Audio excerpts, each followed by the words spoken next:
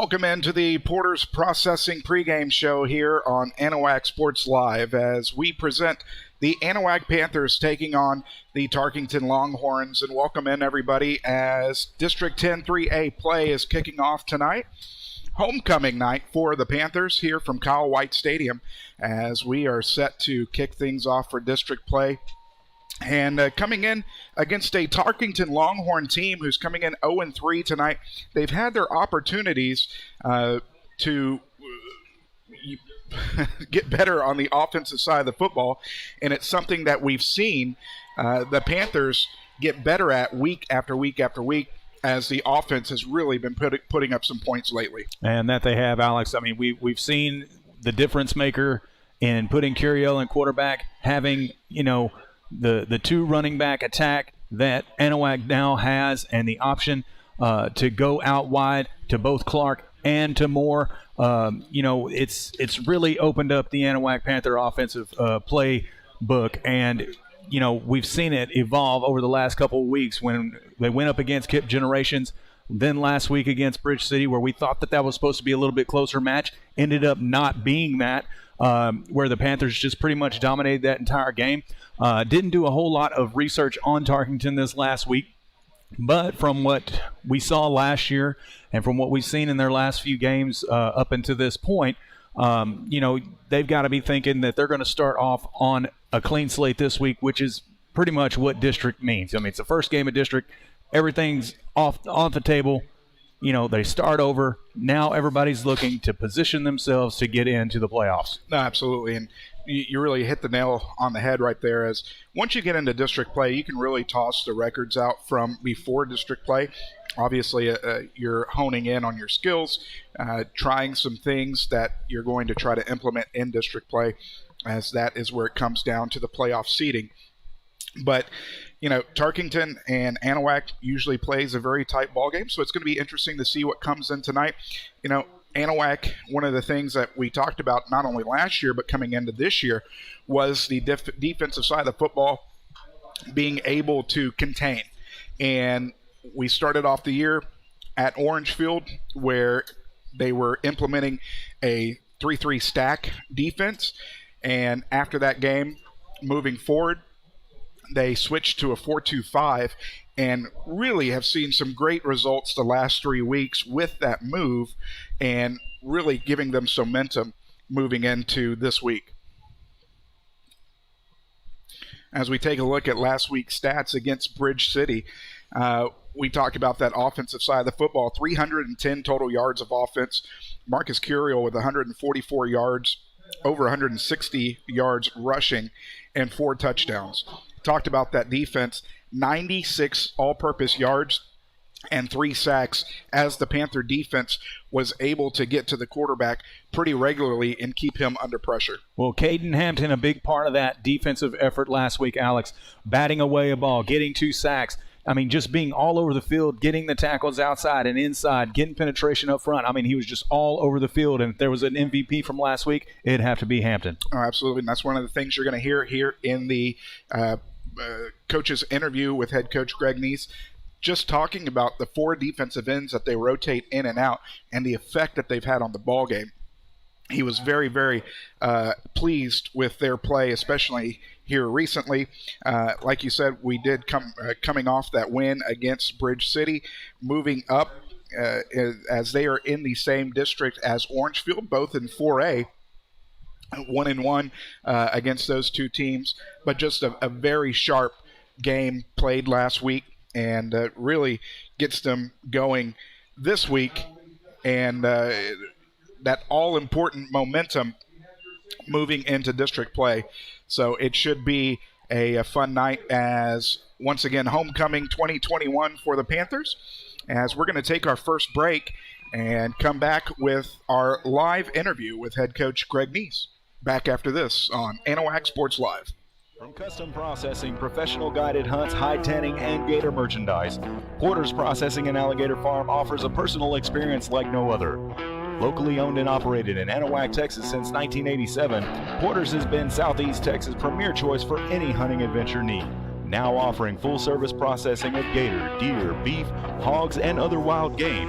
Make Porter's Processing this hunting season's one-stop shop. Visit them today at portersprocessing.com or call 409-267-8413.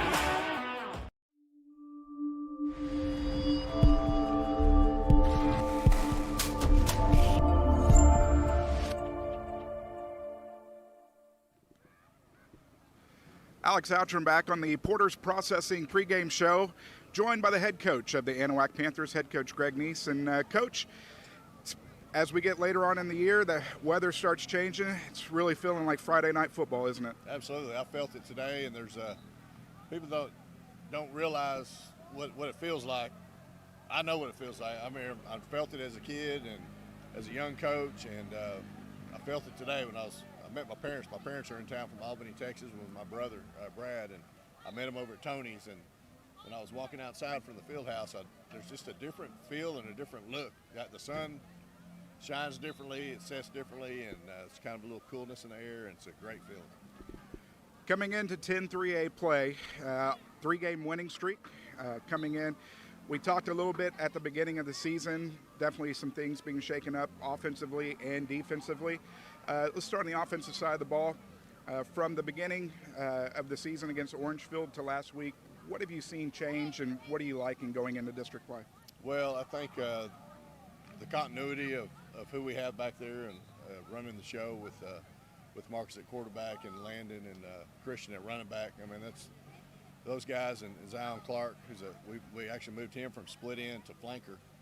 He still does play some split end, but we got 3 real big weapons right there, and that's good to have. And I'll count our tight ends, Galeas and Robert Bailey and Hampton. I'll count them as a weapon also, because they can all run and catch. So, the continuity of our offense now and our offensive line, everybody's kind of set. Everybody knows what place they are, and the familiarity of the plays. We had a lot of young guys up front, so we're kind of hitting our stride right now. Last week I felt very good. I was very happy with what we played and on offense in all aspects, and we just got to continue that.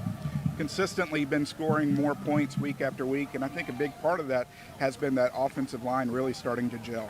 Oh, absolutely. I mean, running backs know, and the quarterbacks know, but they open up some holes. Now, the running back still got a responsibility. There may be some holes there. Sometimes you hear people yelling from the stands, and come on, you guys block, but it's a lot of times the block is there, and the running back hits the wrong hole, or he cuts it he reads it incorrectly. But our guys up front, man, they are really coming together, and they had a great week last week. And Coach Dell's doing a great job with them. And Randy Jones, who I hired on my staff, he worked with me at Kirbyville. He's kind of assisting a little bit the rest of the year. And our offensive line is the key to our success. Defensive side of the football, switching to the 4-2-5. Really seen some pretty good results the last few weeks. Well, this is the best defense we've played since I've been here. And Coach Stuart Bond, he and I played together in college football back in the 80s.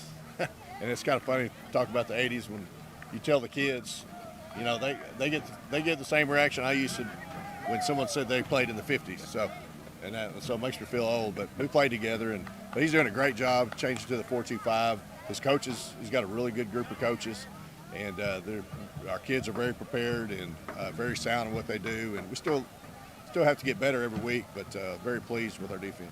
Linebackers and defensive line have really shown pretty good improvement, being able to contain, being able to really catch up on plays. Who have you really been impressed with on that side of the football? Well, I'm going to go with our 4 defensive ends. He plays 4 of them. We got Coates and Bailey and Hampton and Galeas, and they all rotate, and all of them are very athletic. I love when they were towards the end of the game, I said, Coach Dell, I want Robert in there, and I want the big freshman in there, because they're kind of clones. And you look at them, they're very imposing. They're not perfect players, but they look the part. And so very happy with our 4 defensive ends, and Coach Dell's doing a great job. But also our tackle and nose coach, Coach McCrary, those guys are really stuffing the holes up in the middle and giving our chance for our linebackers to come make some plays. And they're also spilling it out to our defensive ends, who are doing a great job contained. So very happy with the front. Entering 10-3A play, homecoming night tonight. Going to be a great atmosphere. You've got the Tarkington Longhorns coming in. What are some of the things that you've seen from Coach Aguero's bunch on the offensive side that you're going to have to shut down tonight? Well, I'll just be honest. They've had a tough time scoring. They lost about 18 seniors last year, and they were very talented seniors. And I talked to him on the phone, and he's got a bunch of young guys playing up, and a lot of those guys, I've been in that same situation before. Some of our guys actually should be playing Thursday night, but because of the situation, they're playing on Friday night. So they've had a tough time scoring. I hope they still have a tough time tonight, but they run the spread and they do some RPO stuff, so they can always give you fits. I think they're pretty good up front. They're skill kids. They just haven't put the ball in the end zone yet. And you never know. You never know when that'll start happening, and maybe they'll start clicking for them this week. Hopefully not. Hopefully we're prepared and we have to be able to get after them. Obviously, I'm sure you have some players looking at box scores, looking at what the other teams have done. Is that something you have to talk about during the week to make sure that their head's right, coming in that 3-game winning streak, making sure that you're keeping them on a level playing field? Right. I tell our guys the main opponent is ourselves really during the week. I mean, what are we doing to get better? It's really about the Anahuac Panthers. It doesn't matter who we're playing. If we're playing Tarkington, we're playing East Chambers in 2 weeks. But actually, it really does matter. But as far as the philosophy behind it, we got to do our best every day to get better as an individual that fits into the group, that fits into the team aspect, and that's what we talk about.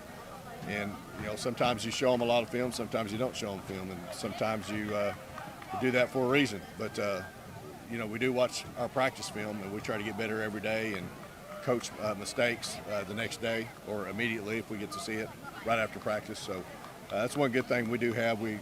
Our booster club is outstanding. They helped purchase a drone, which we film all of our practices, and it's one of my favorite purchases of all time. I love it. So we've made it. We have a drone, and that's a great teaching tool for our kids.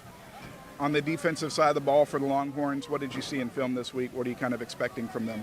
Well, they give you a couple of different fronts, and I would say that is a strength of their defense. And they've given us fits the last 2 years. I mean, they beat us the first year.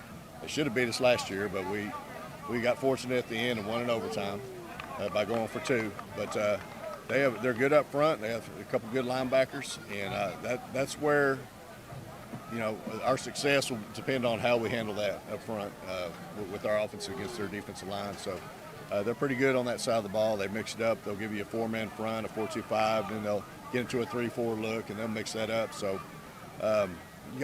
we practice all week going against both defenses, so our guys have to be able to adjust on the run. And so I think we're prepared, but we'll see. Touched on one of the keys, but what are going to be the rest of the keys to victory tonight? Well, you got to have a fast start. I want to have a fast start. You worry about that with homecoming. I want our kids to have a great time with homecoming and enjoy it, but the main thing about homecoming, for it to be fun, is to win the football game. And all this stuff wouldn't be happening right now if it wasn't for football. If we were just a basketball school, they'd be doing homecoming in November.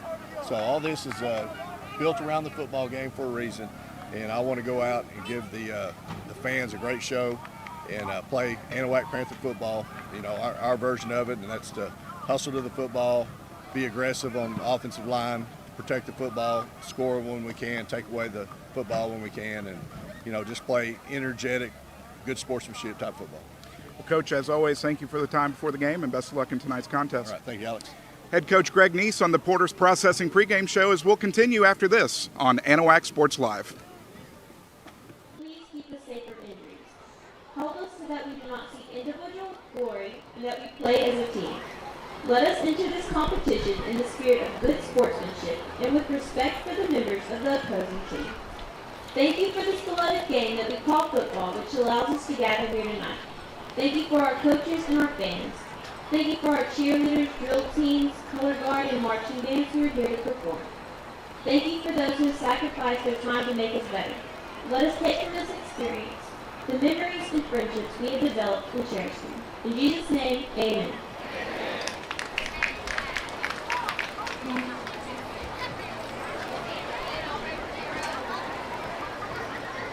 Ladies and gentlemen, at this time, we'll have the raising of the flag by FFA member Jewel Timms.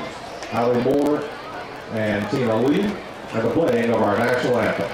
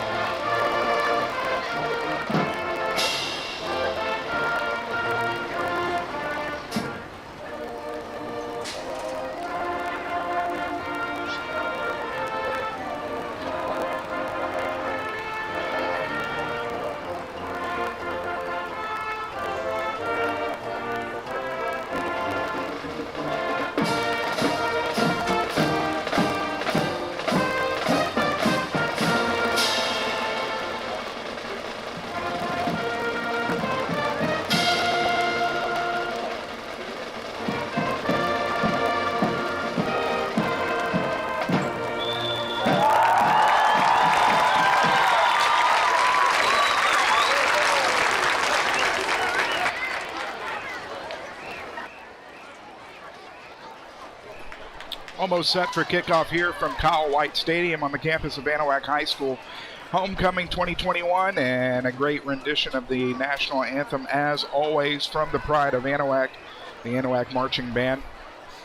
Trent, we heard Coach Neese there on the pregame show talking about keys to victory.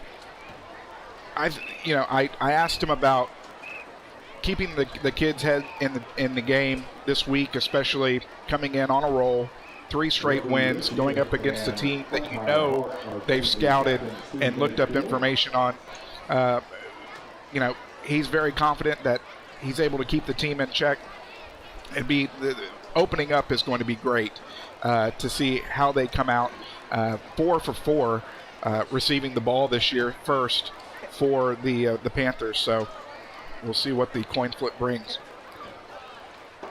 Well, week in and week out, we talk about, what the Panthers do and don't have to do. What it boils down to, it's the same old thing week in and week out, and it's penalties. And, it's creeped up on the Panthers here and there, kind of drugged through the offseason and into this season. But they've got to minimize that. Going into district play and looking toward the playoffs, they've got to focus on limiting the mistakes. 5 for 5 now for the Panthers, as they have started every football game this year receiving the ball. They did not win the toss, but the Longhorns decided to defer to the second half of play. So the Panthers will open it up first on offense, playing right into the hands of Coach Neese, exactly what he wants to do. He wants to get out, set the tone for the ball game, and really get things rolling for the Panthers. So we want to thank everybody for tuning in to our Porter's Processing pregame show. As always, thank you to the team over there at Porter's Processing, doing some fine work. Seen some big old gators this week. Absolutely. And last week showing up. So great job they're doing over there. Yeah, 13.5 feet is one of the, maybe it was 13.8. I can't remember. I happened to guess one that was 12'8" when it came across the feed one time. I did see that. I was surprised that I was able to guess that, but it was a huge, huge lizard. And but be sure to visit Porter's Processing, not only to wrap up the gator season, but deer season is right around the corner, and they also do all kinds of wild game processing. So visit Porter's Processing here in Anahuac for all of your wild game processing needs. The Longhorns teeing it up at their own 40, handling the kicking duties tonight for the Longhorns. Ivan Rodriguez, the senior, back deep. The normal trio for the Panthers of Zion Clark, Landon Corbett, and Christian Sanchez. As we are set to go here from Anahuac, District 10-3A play, opening weekend. Pooch kick is going to take a bounce at the 31. Somebody has to get on it. Nobody gets a, what is happening there? It's not a punt. That is a mental mistake by Huge KJ mistake. Moore, as he just doesn't go to the football. And Wow. for all intents and purposes, Tarkington covers a long onside kick and gets the ball to start and after halftime. Man, I bet Greg Neese is about to blow his top on that play. But, I mean, just kind of a mental error there. And the Panthers, instead of receiving the ball and trying to, jump out on offense, now they've got to play some defense. They've got to right the ship here as the Tarkington Longhorns start off with great field position. From the Panther 29, the Longhorns out of the gun. Stephen Pavlot is going to pitch it left side. He's got lots of room as the Panthers don't get contained. That's going to be a pickup of 11 and a first down right off the bat as the rush goes to the sophomore Lance Hawthorne. Well, I think the Panthers are a little discombobulated after that mental error on the kickoff. But the Tarkington Longhorns looking to capitalize here on that mistake. But the defense is going to have to do that bend, not break mentality that they've had so far. They move the wide receivers to the near side. Pitch right is going to go to Drindle as he's going to fight his way forward. Roll his way there it forward. Is. I was looking for that flag. We do have some laundry on the field, so we'll see where the holding. But that was the senior, Drindle Canada. That is going to be a face mask on the Panthers halfway to the goal and a first down, I believe. So that's going to be a pickup of 12. And just like that, first and goal after half the distance to the goal. And not the start that the Panthers were looking for, as Tarkington has not scored a touchdown on the season this year, coming in 0-3. Out of the gun is Pavlot. Handoff straight up Broadway. As just like that, Hawthorne is going to pick up one. Will bring up second down and goal.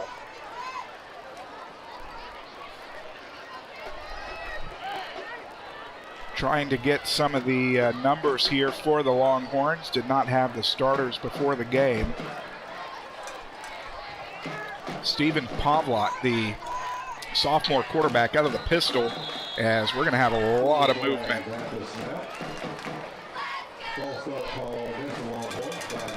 So false start on the Longhorns. Their first penalty of the ball game brings up second down, or remains second down and goal, but from the 8.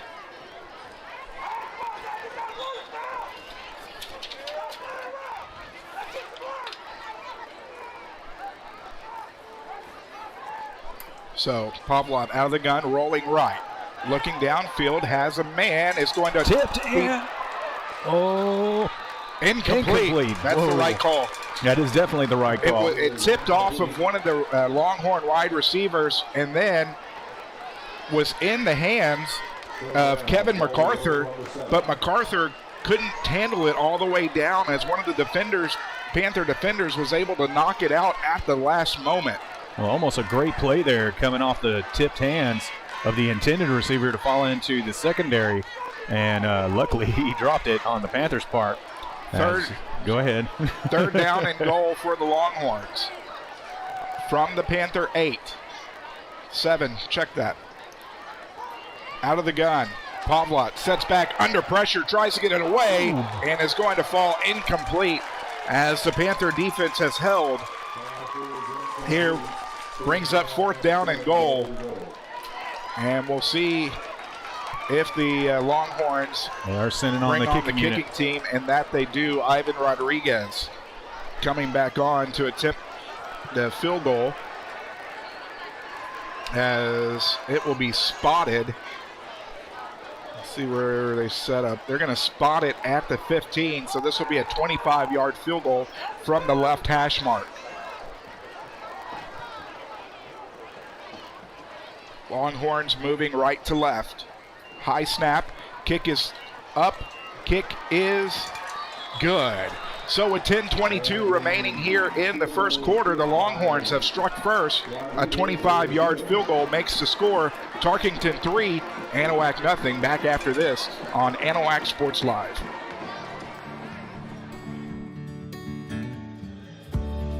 Whatever it is you wrangle, whatever seeds you sow, no matter what you nurture or what you choose to grow, at Texas Farm Bureau Insurance, we're proud to protect all Texans.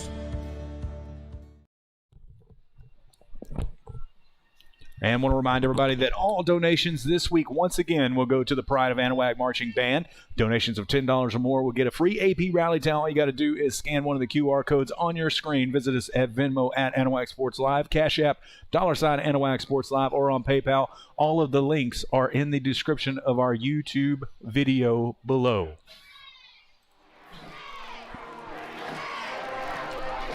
Back here from Kyle White Stadium, where the Panthers will try to get the ball for the first time this time, as Rodriguez is setting up for the second kickoff. He pooched it the first kickoff of the ball game. The Panthers did not get the football as the Longhorns jumped on it and led to an easy scoring drive. So Rodriguez has it teed up from the 40. KJ Moore, Landon Corbett, and Sanchez, Christian Sanchez back. This is going to get fielded at the 35, makes a move across the 40, is going to be gang tackled at about the 43, and that is where the Panthers will set up shop for their first possession of the ball game, as Marcus Curiel will bring his offense onto the field. Well, they did not dare make the same mistake twice, or else they were going to have to pay for it tomorrow, I'm sure. But nonetheless, the Panther offense for the first time on the field tonight going to have to answer the field goal that they were fortunate enough to get away with on the mishap earlier. So Curiel will be under center. Lone setback is Sanchez. He's going to be an end around to Corbett. Corbett across the 45, across midfield, makes a move. 40, fighting his way forward down to the 35. We'll see if they give him the 34. They do give him the 35. That's going to be a pickup at 22, and just like that, first down, Panthers. Well, that's definitely a way to get it back on track here as they hurry back to the line. Quickly, Curiel under center, lone setback, Sanchez pitch right. He's got plenty of room. 30, 25, dragging defenders behind him, as he's going to get a pickup at 12. Move the chains once more. The Panthers are in business. First down and 10 from the right hash mark. From the Longhorn 23, Curiel under center, two backs, Corbett pitch right. Following his block, cuts back at the 20, is going to get tackled at about the 16. That's going to be a pickup of 7.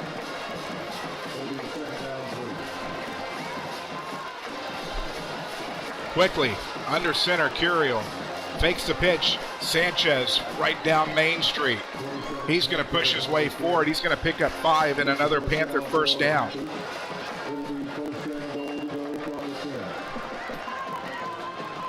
This is the tempo head coach Greg Neese wants to see. Too wide to the near side. Sanchez, the lone setback, pitch right. Across the 10, across the 5, into the end zone. Touchdown, Panthers.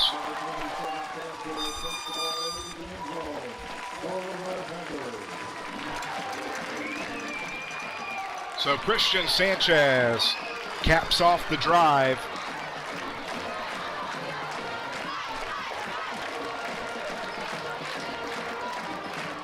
Trent, did you see where that last play started? I did not. As quickly as they got back to the line, I was just like, okay, get the scoreboard right. All right, Sanchez trying to tack on his own PAT. It curved, but was good. So with 9:02 remaining here in the first quarter, the Panthers have taken the lead 7-3, as we'll continue after this on Anahuac Sports Live. Buying a new home? Does your driveway need that long overdue facelift? Or are you just looking to finally get your lot cleared and ready to build something great? Look no further and trust the locally owned and operated professionals at Title Services Incorporated. No need to hire multiple contractors. Title Services does all phases of residential and commercial land clearing, house pads, ponds, dirt and rock delivery, and demolition.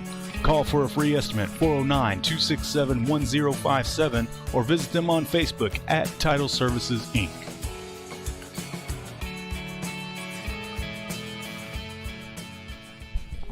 And ladies and gentlemen, we got a new giveaway this week. Same prizes, 2 AP t-shirts, as well as 2 AP Rally Towels, courtesy of JV Designs and Anahuac Sports Live. This week, what you have to do is share the video link, and it is the YouTube link, either on Facebook, retweet it on Twitter, share it from YouTube, or on our Instagram, or you can follow us on our brand new TikTok channel for a chance to enter and win in this week's giveaway. And we appreciate JV Designs for their contribution and support of Anahuac Sports Live. Christian Sanchez has the ball teed up from the Panther 40. He is set to get it kicked off.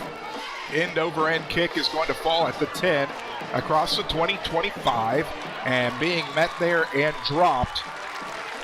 Garrett Dye in on the tackle, as that is where the Longhorns will set up shop for their second possession of the ball game.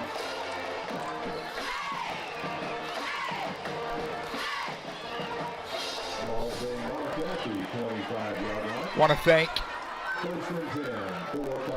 Swanky Insurance sponsoring the first quarter here. 411 Miller Street in Anahuac. 409-255-0644. You can catch them on the web, swankyinsurance.com. So Longhorns coming out 4 wide, 3 to the far side, 1 to the near side. Panther defense trying to swarm. Fakes the handoff. Pavlot straight up the gut is going to get waylaid, but not until he picks up 8. In on the tackle, Clark coming from a safety position. So give him a pickup of 9. I like how Clark just kind of snuck in out of nowhere and laid the wood on in the middle there. But after a gain of 9, Tarkington is definitely moving the football. 2nd down and 1 out of the gun. Sets back, wide receiver, quick hitch, as he's going to be dragged down, but not before they pick up the first down. It's going to be a pickup of 5.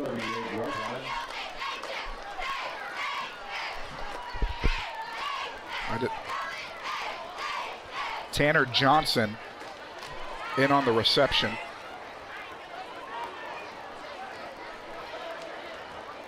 Fourth first down of the ball game for the Tarkington Longhorns.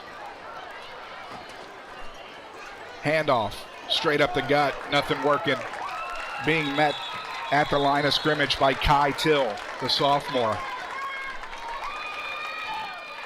In fact, he's going to lose. Nope, he got back to the line of scrimmage. So Canada, 2 rushes, 12 yards.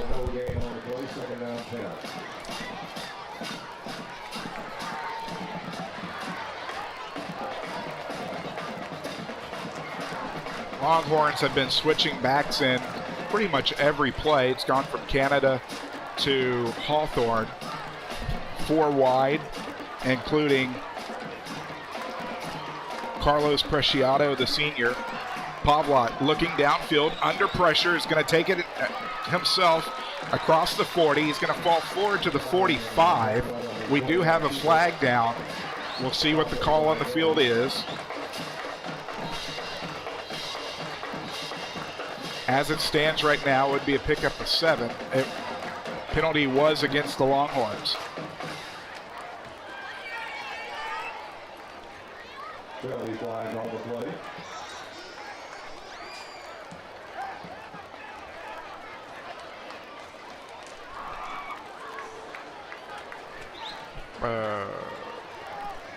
Haven't seen the signal yet. Is there a signal?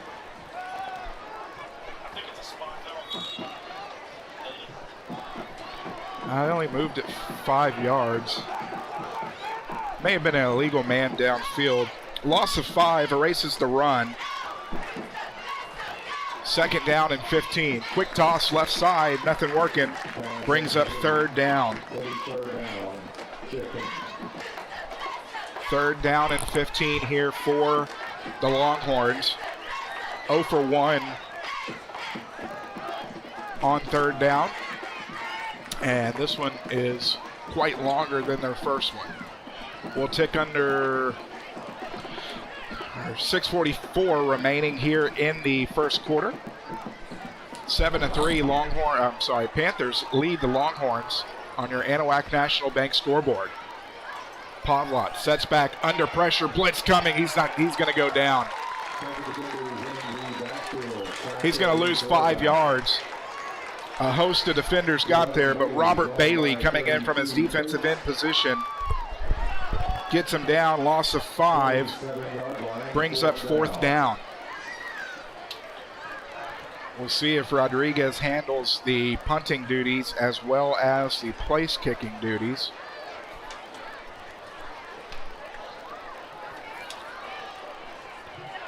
That is someone different back there handling the punting. Kevin MacArthur, the senior. High snap, was able to come down with it and get it away. Moore bobbles, picks it up, gets across midfield, across the 40, across the 35, pushed out of bounds at the 31. Great return by KJ Moore in plus territory, and the best field position of the ballgame so far with 5:48 remaining here in the first quarter. I did not go over that last drive. It happened so quickly. 5 plays, 57 yards. It took 1:22 off the clock as Christian Sanchez took the pitch around the right side from 10 yards out. He tacked on his own PAT, and the Panthers took the lead 7-3. Curiel under center, sends Corbett in motion, rolls right, looking for him downfield, has him at the 25. They're going to give him the 24. That'll be a pickup of 7 on the connection from Curiel to Corbett.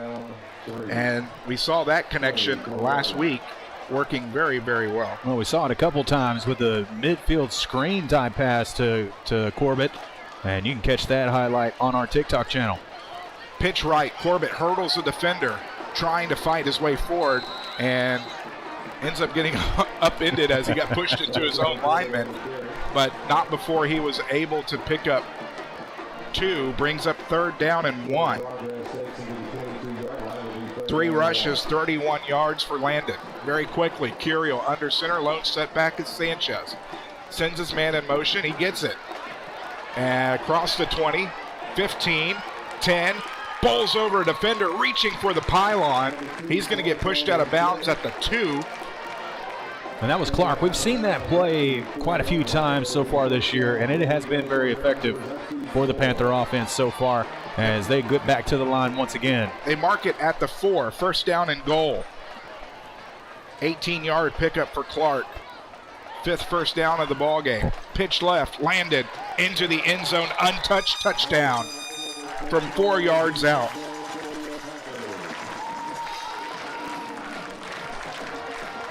As the Panthers extend their lead 13-3 here with 5:04 remaining in the first quarter.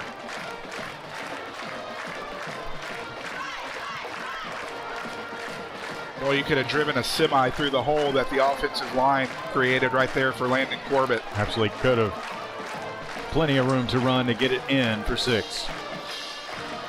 Snap back, kick is through and true. So, with 5:04 remaining here in the first quarter, the Panthers extend their lead 14-3 as we'll continue after this on Anahuac Sports Live. Custom processing, professional guided hunts, hide tanning, and gator merchandise.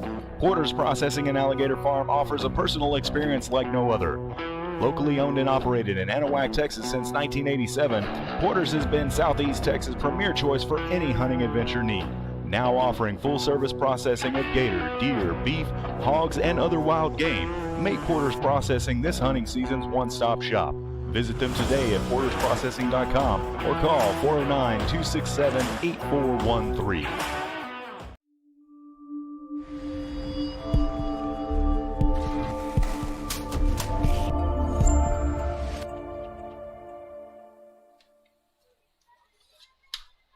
And want to talk a little bit about our brand new merch store. If you haven't had a chance to hit over there yet, please do so. We got a plenty of great items to get to y'all, and the shipping is pretty quick. But head over to our merchandise store. The link is in the description of our YouTube video below. We appreciate everybody's support and getting stuff off of our merch store as the kick is high, end over end by Sanchez. Across the 20, 25, makes a move, fights his way forward to the 30. As that is where Tarkington will take over for their third possession here of the first quarter. That last drive, 5 plays, 31 yards. It took 44 seconds off the clock. Landon Corbett ran it in from the left side from 4 yards out. Christian Sanchez tacked on the PAT. And your new score, 14-3. The Panthers leading the Longhorns on your Anahuac National Bank scoreboard. Pavlot making moves. Sends 3 wide to the far side. They're going to have a small brunch to the right side. Pitch is going to go to Canada across the 30, 35. He's going to fight his way forward to the 40. We'll get to the 41. They'll give him the 42. Pick up a 12, first down for the Longhorns. 5th first down of the ball game. 24 yards on 3 carries for Canada.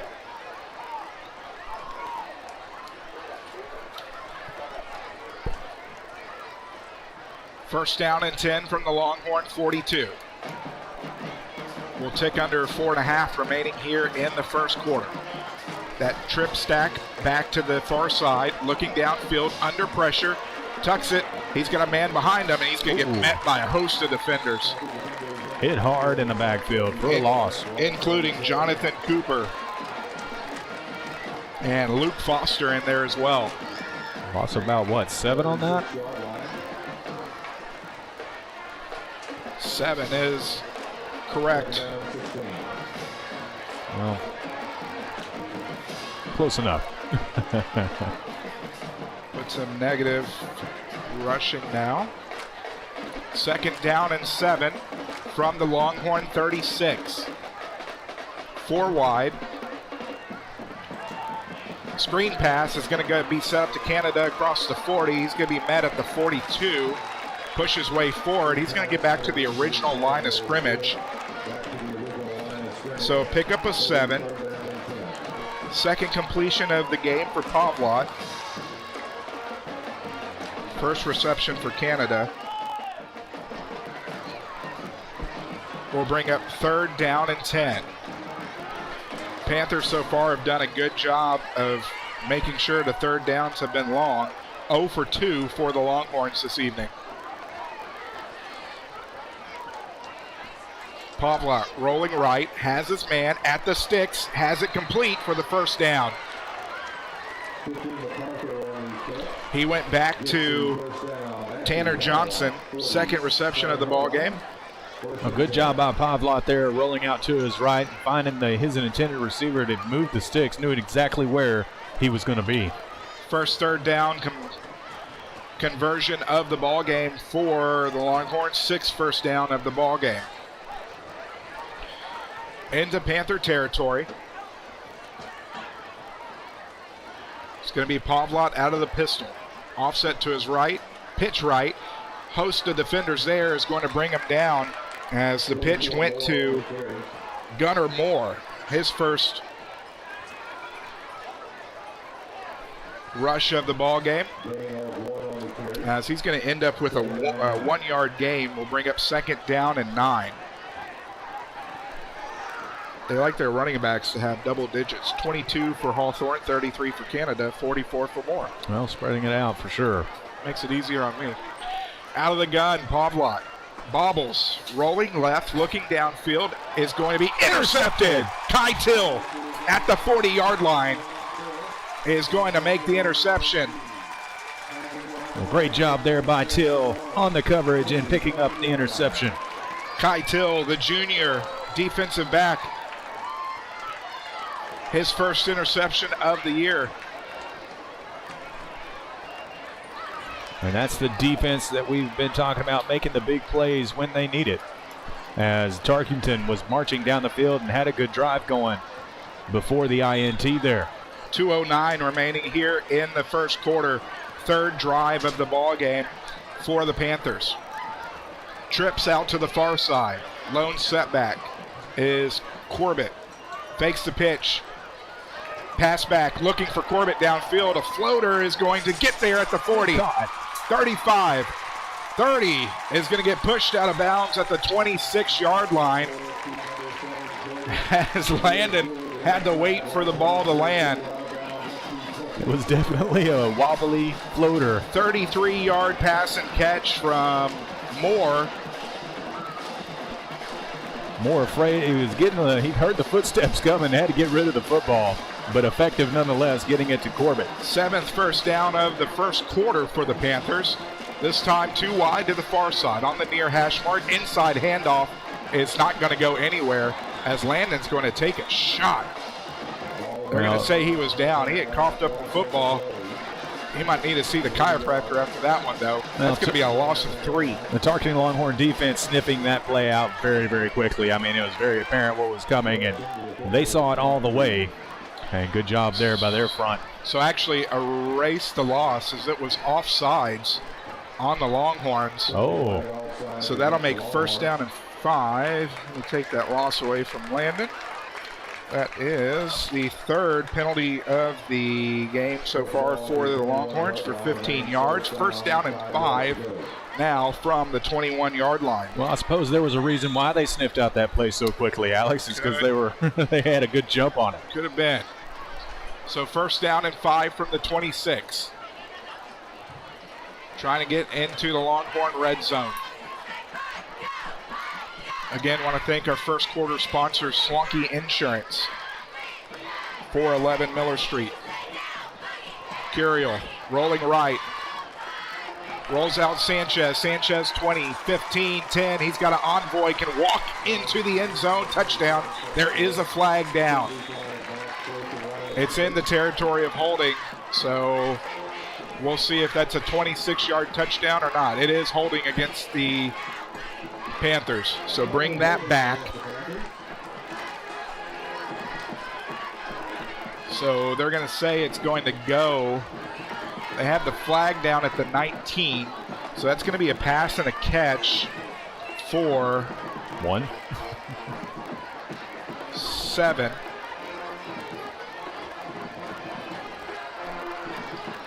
Back it up. 7 yards from Curiel to Sanchez.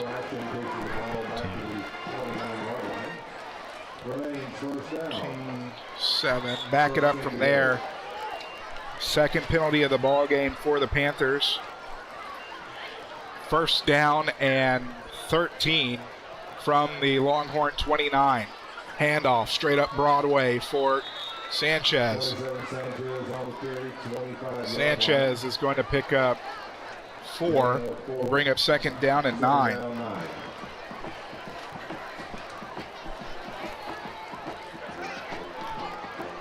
With all the penalties, that was only the 4th play of the drive. Quickly, right side, Sanchez with the pitch across the 15. Got blockers. Got an envoy Flags. into the end zone, touchdown. We'll see what the laundry is. Well, I think we're going to see another holding call. But I've been known to be wrong about these flags. And that is holding. We'll see where they mark it. They have the flag down at the 13. So that would have been a pickup of 12 for Sanchez. 43 yards on 5 carries for Christian. Back-to-back holding calls, though. Bring up second down 6, I think, is what I got. 2nd down and 6 from the 22. Well, we talked about the penalties and it continuing to plague the Panthers. And that was a good example of it. Game clock and play clock tied up all together, so this will be the end of the first quarter. After this play, handoff straight up Broadway. Corbett is going to get taken down at the 15. That's going to be a pickup of 7. We'll move the chains, and that is the end of the first quarter of play as the Panthers jump out early. They lead 14-3. Stay with us. Back after this on Anahuac Sports Live. Anahuac Sports Live is brought to you in part by Hillary Auto, insurance agent with Texas Farm Bureau. Porter's Wild Game Processing and Alligator Farm. Title Services Incorporated. Anahuac National Bank, member FDIC. Chambers County Abstract Company. Third Coast Integrated Martial Arts. Turn 2 Specialty Companies. And Wilcox Drug Store in Anahuac.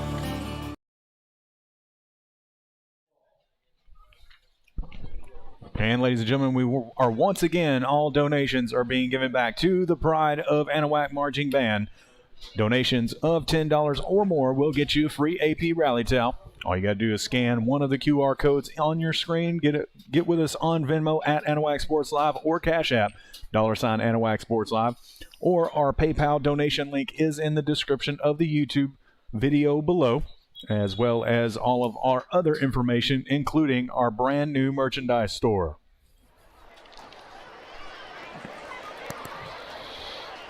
Back here from Kyle White Stadium as we are set to bring you the second quarter of action.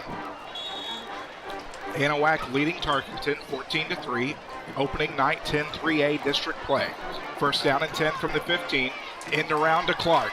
Across the 15, across the 10, is going to get taken down at the 3.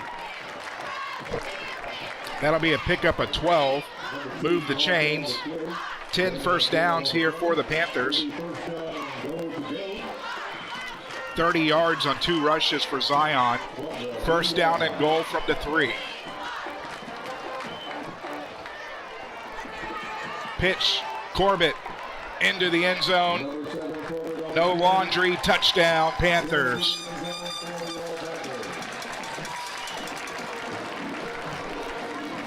Second touchdown of the evening for Landon Corbett, as the Panthers extend their lead 20-3, pending the point after from Christian Sanchez. Well, after a couple of penalties there on that particular possession, the Panthers able to get it in and keeping it on the ground. Low snap as Zion's going to take it from the snap, and he's going to get into the end zone after the low snap to convert the 2-point conversion. So we got penalties, we though. do have a flag down. Holding Panthers. That's going to make the point after a little bit more difficult. Well, we got an official timeout. We're going to take it with them, ladies and gentlemen. We'll be back right here on Anahuac Sports Live after this.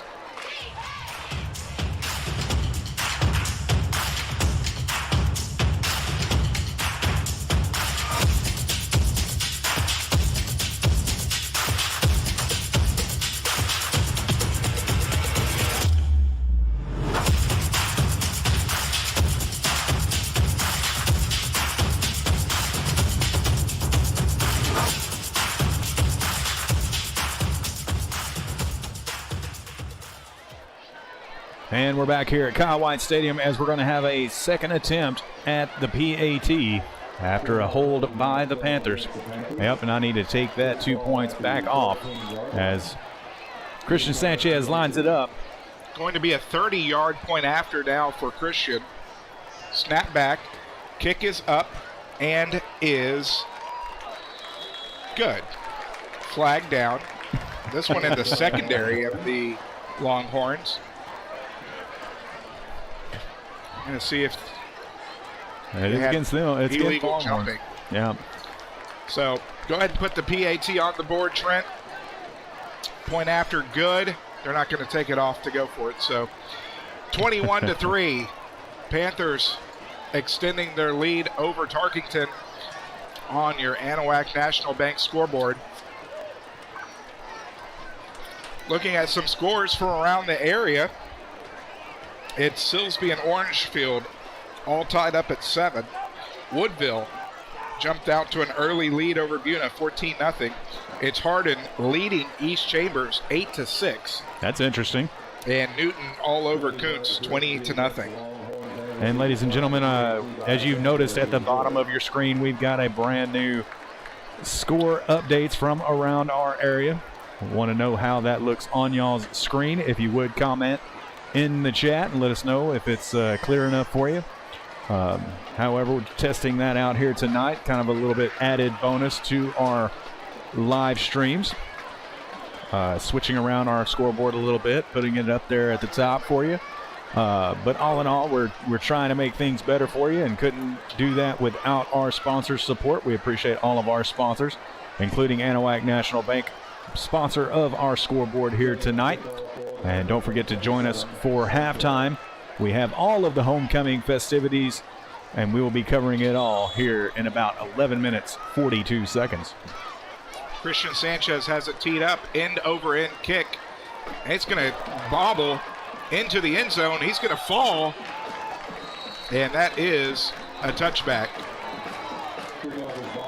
He got lucky there. Yeah, he did. 8 plays, 59 yards. It took 2:27 off the clock. Landon took a pitch on the left side, waltzed into the end zone from 3 yards out. Christian Sanchez tacked on the point after, and that is how we're at 21-3 here with 11:36 remaining in the first half. Want to thank Capital Farm Credit, 120 Broadway in Winnie, 409-400-4066 for their sponsorship of the second quarter. We do have a flag on the play. Dead ball, unsportsmanlike conduct against the team that bobbled the kickoff, fell down in the end zone. Ouch. So that's going to go half the distance to the goal.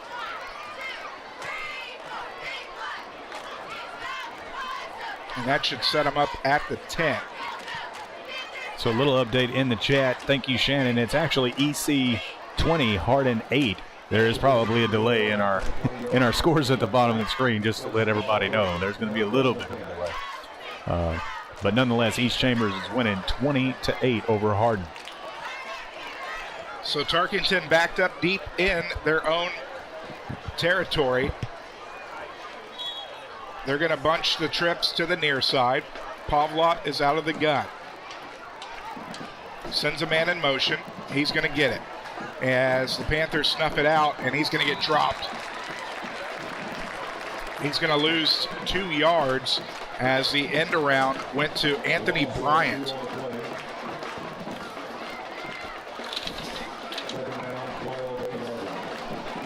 Second down and 12 from the Longhorn 8. Longhorns have not really been able to get anything going since the first possession of the ball game. Their last drive ending in an interception that led to a scoring drive for the Panthers. Trips once more to the near side. Longhorns moving left to right, wrapped up in the backfield once more. They tried to get this one to Canada. That one's going to go for a loss of 1. Third down and 13. Fourth third down of the ball game for the Longhorns. They are 1 for 3. They're going to take a timeout. We'll take it with them with 10:28 remaining in the half. The Panthers lead the Longhorns 21-3. Back after this on Anahuac Sports Live. You've heard about shopping local. How about banking local? Since 1976, Anahuac National Bank is the only locally owned and operated bank in Chambers County. We know you see Anahuac National Bank folks out in the community supporting our schools, veterans, and nonprofits. Why not bank where you live? These experienced banking professionals understand local businesses and the housing market. Visit online today at anbank.net, member FDIC, equal housing lender.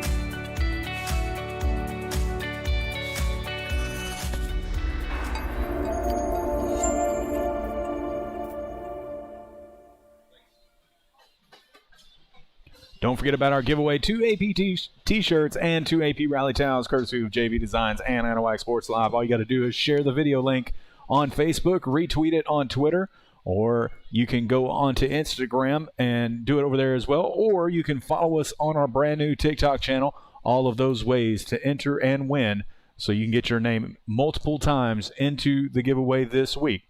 And we appreciate JV Designs for their support in this giveaway for Anahuac Sports Live.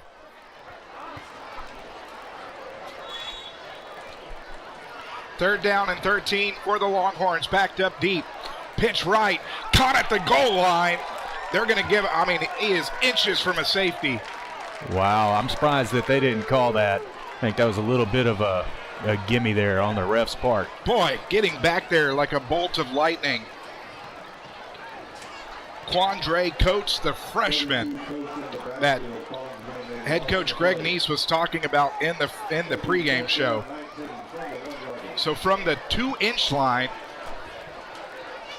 the Longhorns are in trouble as they are going to have to be very careful with the snap.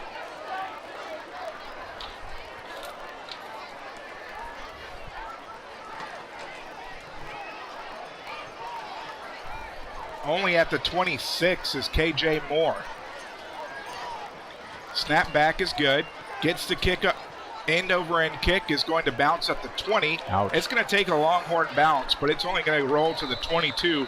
Fantastic field position once more for the Anahuac Panthers as they take over at the Longhorn 22 with 9:27 remaining here in the first half. Alex Outram joined along with Trent Hart, Blake Ferguson up top handling the camera duties tonight. Well, a series of unfortunate events unfolding for the Tarkington Longhorns as they've had quite a few sacks and tackles in the backfield. A short punt, which will set up the Panthers with excellent field position deep in their territory. From the 4 hash, 2 receivers to the near side. Marcus sets back, lofts it up. One-handed grab, touchdown, Zion Clark. What a play. Now they're saying incomplete. Oh. Zion does not know yet. We're going to have to take a look at it, for sure. Let's go look at it. I went ahead and pressed the replay button.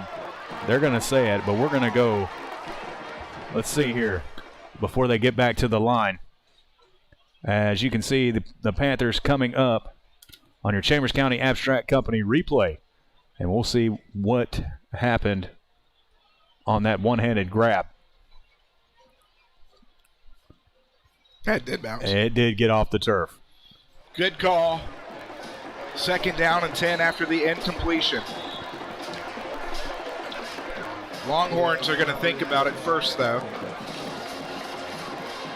Only the first incompletion of the ballgame for Curiel. He had been 2 for 2 prior to that for 14 yards. We're going to keep it here. Man, almost an excellent play there, but you did see it bounce off the turf right there underneath his body.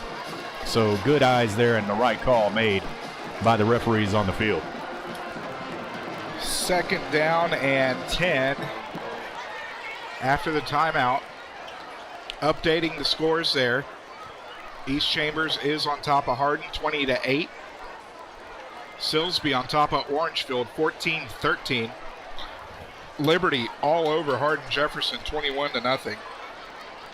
West, I did the same thing last week. West Orange Stark on top of Hampshire Finette 7-0. All those games in the second quarter.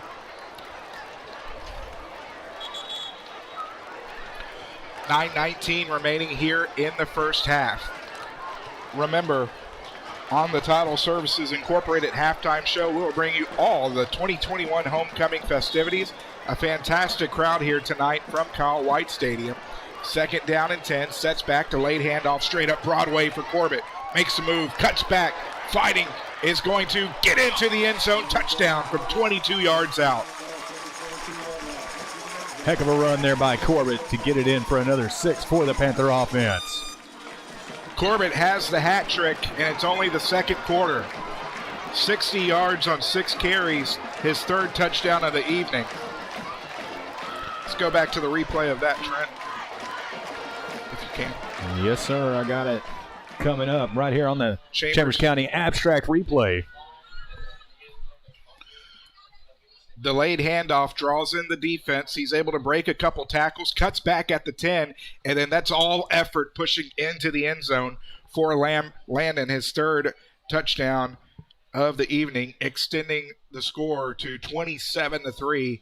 Panthers leading Longhorns on the Anahuac National Bank scoreboard. Christian Sanchez set back to handle the PAT. Snap back. Kick is up. Is through and true. So with 9:10 remaining here in the first half, the Panthers have broken it wide open. They lead Tarkington 28-3. Back after this on Anahuac Sports Live. Since 1948, Wilcox Drug Store has been the Anahuac area's most experienced and trusted pharmacy. Continuing its long-lasting reputation for personal attention to all your medical needs, Wilcox Drug Store offers counsel, refills, transfers, compounding, flu shots, and delivery. Visit pharmacist Dave Wilcox and his experienced staff today at 1208 Miller Street in Anahuac or call 409-267-6141. Wilcox Drug Store, delivering solutions, delivering confidence.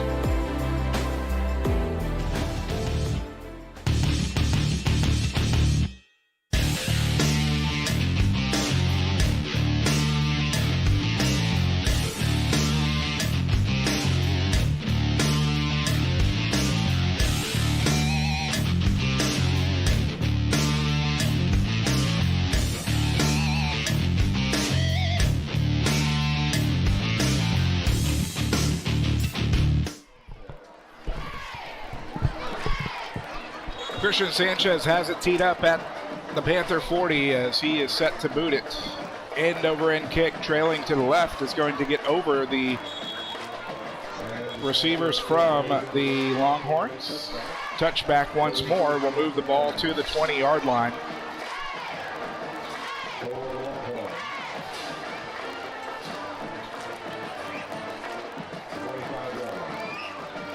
I'm sorry, I was thinking of 2 decades ago.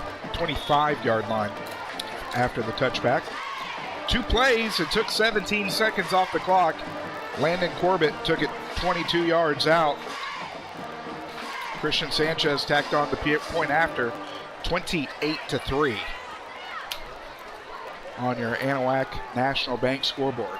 Pavlov out of the gun, looks right, has a man, caught at the 25.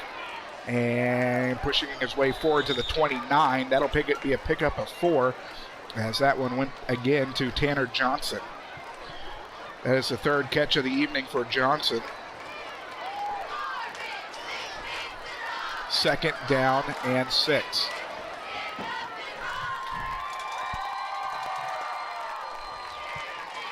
There we go. 2nd down and 6.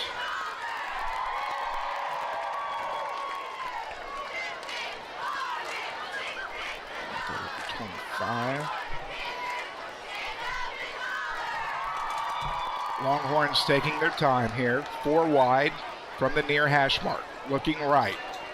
Looking left, rather. Across the 30. 35 is going to be knocked out of bounds at the 40. Johnson once more. And they're going to say the 38. So give him a pickup of 10. Move the chain. 7th first down of the evening for the Longhorns. 37 yards passing now for Pavlov.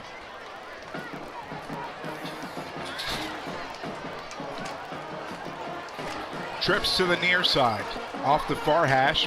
Pavlov out of the gun. He's going to throw it under pressure as Canada. Canada is fighting his way, trying to get back to the line of scrimmage. He's going to lose a yard on the screen pass. Loss a yard there, 36-yard passing for Pavlot. I want to thank Asheni Perry for donating to the channel. Thank you very much, Asheni. And supporting not only Anahuac Sports Live, but supporting the Pride of Anahuac Marching Band, as all donations will be given back to the marching band for tonight. As we've got around just under $300 raised between last week. We're trying to get them $500, folks. So if you would please donate tonight before we end to support the marching band. Rolling rights, Pavlot has a man at the 40. It's Johnson. He's going to get taken down at the 42.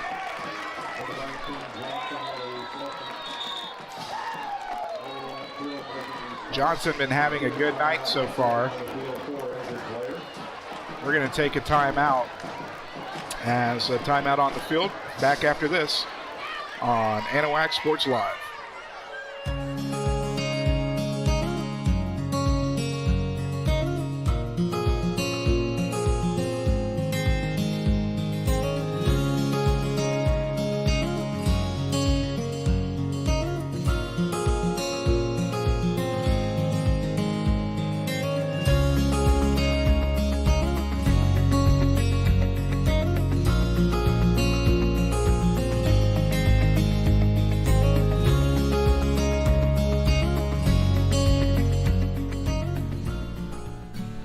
Hello, my name is Mark Poggles, and I'm the pastor at Community Christian Fellowship Church in Oak Island, Texas. I would like to personally invite you to join us for Bible study during the week and our church services on Sunday morning. We have a nursery for the little ones, and our church family will greet you with a smile on their face and a loving heart. Come and celebrate with us as we study God's Word and give Him all the praise and thanks He deserves. Hope to see you there. Take care and God bless. Go Panthers! 3rd down and 6 after the 5-yard completion from Pavlot to Johnson. Trips to the near side, ball on the near hash. Pitch straight up the gut, nothing working. Actually going to give him a yard. They're going to give him a yard. That's going to bring up 4th down. 1 for 5 this evening on 3rd down attempts. 4th down, 5 yards to go. 4th and 5. 3rd reception for 7 yards for Canada. So far, the offense is still on the field for the Longhorns. We'll see if they're just going to run the clock down and use their final timeout of the first half. Trips to the far side. One receiver to the near. Snap back, under pressure, and being brought down from behind. Dalton Hendricks. Well, the sophomore getting in on more action this week. We've called his name quite a bit this year, and he's very aggressive on that defensive front for the Panthers, as the ball will turn over on downs. And once again, the Panthers will start in Tarkington territory. 2nd turnover of the evening for the Longhorns. This is now the 4th out of 5th drive that the Panthers have started in Longhorn territory. 6:18 remaining here in the first half. I imagine we're going to get a heavy dose of running backs here between Sanchez and Corbett this drive. Curiel under center. Alex, you're wrong again. Looking to pass, he's going to keep it. Is going to spin out of one defender. He's going to try to fight his way forward. He's going to do a lot to pick up 1 yard. 2nd down and 9. First rush of the ball game for Marcus Curiel. I wouldn't mind seeing a little bit more out of Curiel, doing some of that, option stuff, keeping the ball himself, trying to get to the outside. And you've got to remind him, he is only a sophomore, so going to gain a lot of great experience this year, Alex. 2, 4, 6. Too many men on the field. 2, 4, 6, 8, 10. Illegal substitution.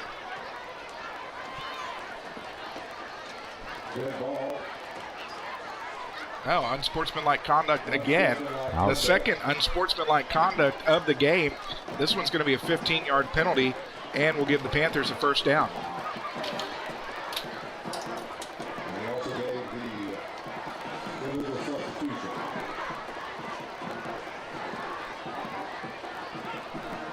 I don't think that 15-yard is not for an illegal substitution. No, absolutely not. Fifth penalty for 45 yards here against the Longhorns in this first half. 5:40 and counting here in the first half. Curiel, handoff straight up Broadway. Sanchez across the 20 down to the 15. He's going to be brought down at the 12. 15-yard pickup for Sanchez. Move the chains. 14th first down of the first half.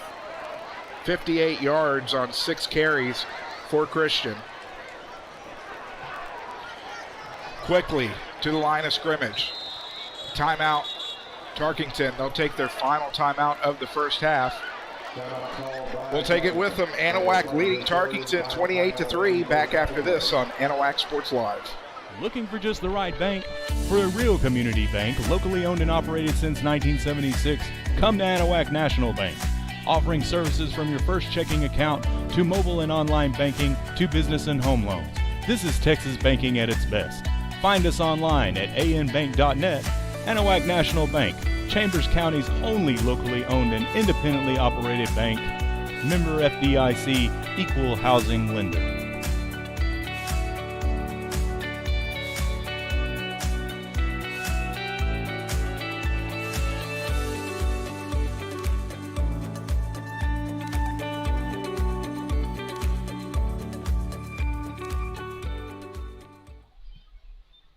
And again, want to remind everybody of our giveaway. All you got to do is share the video link on Facebook, retweet our tweet on Twitter, or on Instagram, or you can follow us on our brand new TikTok channel, all for a chance to enter and win one of 2 AP t-shirts or 2 AP rally towels, courtesy of JV Designs.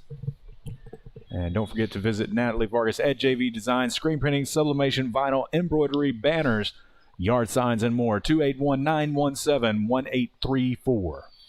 First down and 10 for the Panthers from the Longhorns 12. Out of the gun is Landon. Offset to his right by Sanchez. Sanchez across the left side, fighting his way forward. He's going to get down to the 5. That's going to be a pickup of 7. We'll bring up second down and 3.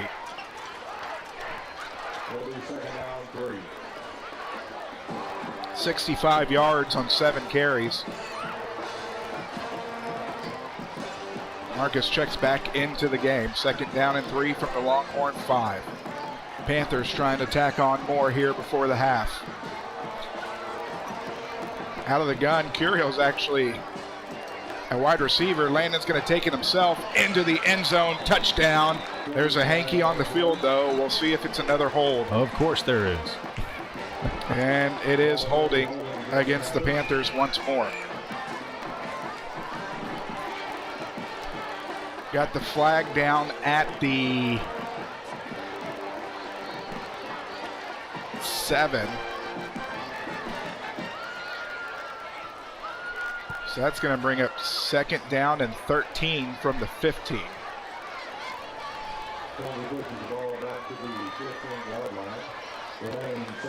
Third hold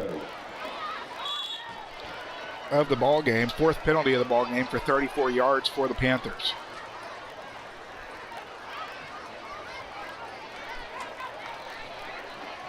Second down from the 15. Sanchez and Corbett, the deep backs. It goes to Sanchez. He's going to get met at the line of scrimmage. No pickup there. It's going to be third down and 13.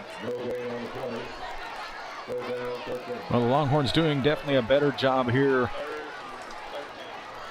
of containing the Panther offense and their running game. Not as much of those big holes opening up like we saw earlier in the football game. So much better containment by the Longhorns defense on this possession. So third down and 13. Only the second third down of the ball game for the Panthers. 0 for 1.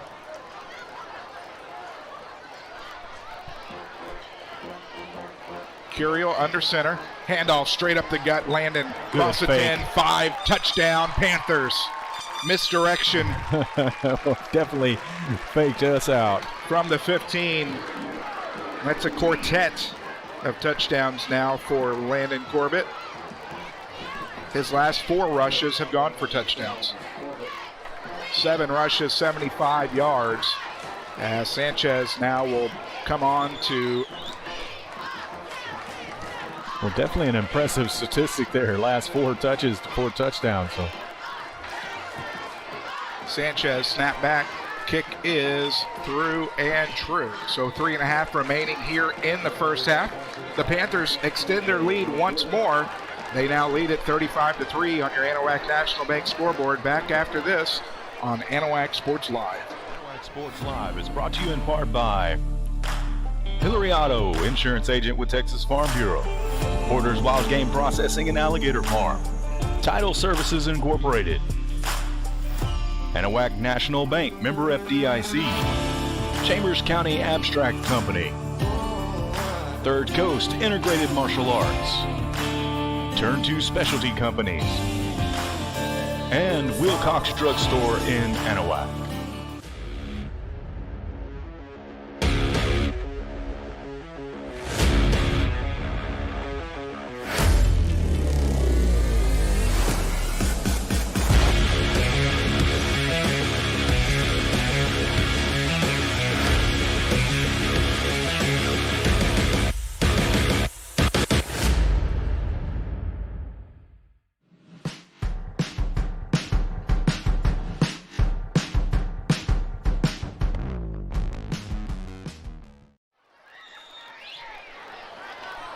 Christian Sanchez has the ball teed up at the Panther 40-yard line. He's going to get under it. End over end kick is going to be dropped, bobbled, picked up at the 5. Panthers trying to get down there. As they finally do, Cade Dye on the tackle.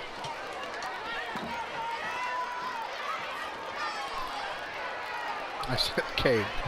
You did. Garrett Dye. We'll see Cade Dye here in a couple of weeks, Alex. Garrett Dye on the tackle. I'll be getting a message about that one. Yeah. It's on me. But great job by Garrett Dye getting down there in pursuit and getting that tackle.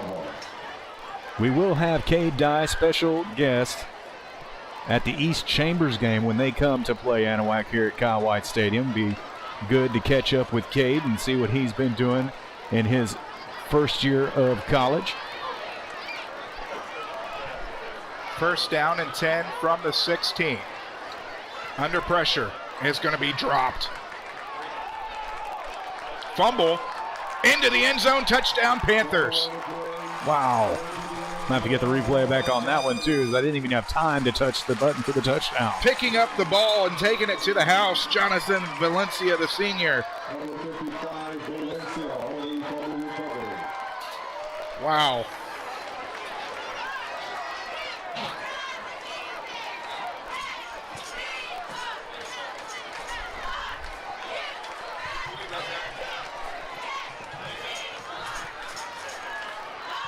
So, with 3:10 remaining here in the first half, the Panthers are looking to extend their lead to 42-3. Kick is up. Kick is good. With 3:10 remaining in the first half, the Panthers extend their lead 42-3 on your Anahuac National Bank scoreboard. We're going to keep it here as it looks like some of the scores have updated. Now let me see if they East Chambers update even more here for a second. And we'll pop back. That's the latest. East Chambers up 33-10 on Hardin. West Orange up 14-0 on Hampshire Fournette. Silsby still on top of Orangefield 14-13. And Liberty all over Hardin Jefferson 35-0. We'll try to get some more scores from around the Golden Triangle. 10-3A. And some scores around the Houston area at the half. I'm sorry that I keep hitting your chair. I don't mean to. Want to thank once more Capital Farm Credit, 120 Broadway in Winnie, 409-400-4066. Of course, stay tuned for the Title Services Incorporated halftime show where we will bring you all of the 2021 Anahuac Panther homecoming festivities. Well, the halftime show, as far as recapping and stuff, will be a little bit shorter on our end tonight because of all the homecoming festivities, as Alex just mentioned, but we will be covering all of that, the homecoming court and the whole bit, as Sanchez gets it off. End over end kick again, good, bobbled again at the 10, as he's trying to make something of it, and brought down immediately at the 15. So the Longhorns will set up shop from their own 15 with 3 minutes remaining here in the first half. Longhorns have been beneficiaries of decent field position once out of their now 7 possessions here in the first half.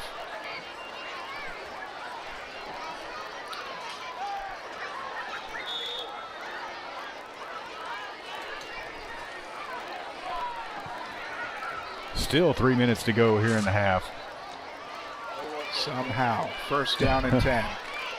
Pavlat out of the gun, trips to the far side. Wide receiver screen, and is going to be waylaid at the 10. In on the tackle, Caden Hampton snuffed it out. Loss of 4 on the catch. Yeah.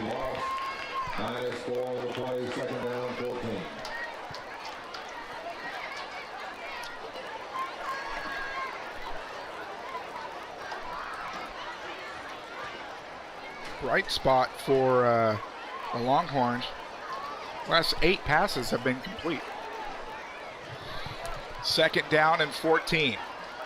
Handoff, straight up the gut. Canada is going to fight his way forward back to the original line of scrimmage. It'll be a pickup of 4. 27 yards on 5 carries for Drindle Canada.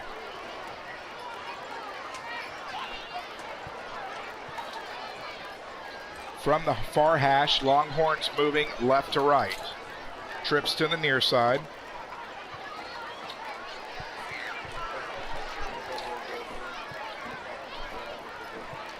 We'll tick under 1:40 remaining here in the first half. Fakes the throw under pressure, and ball is going to fall.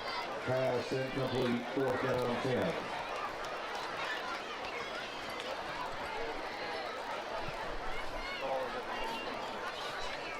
Oh. 4th down now for, thank you.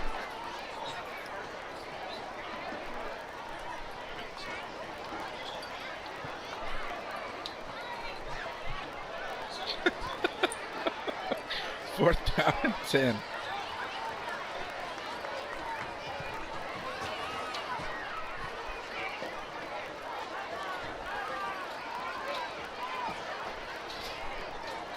Ten seconds remaining on the play clock.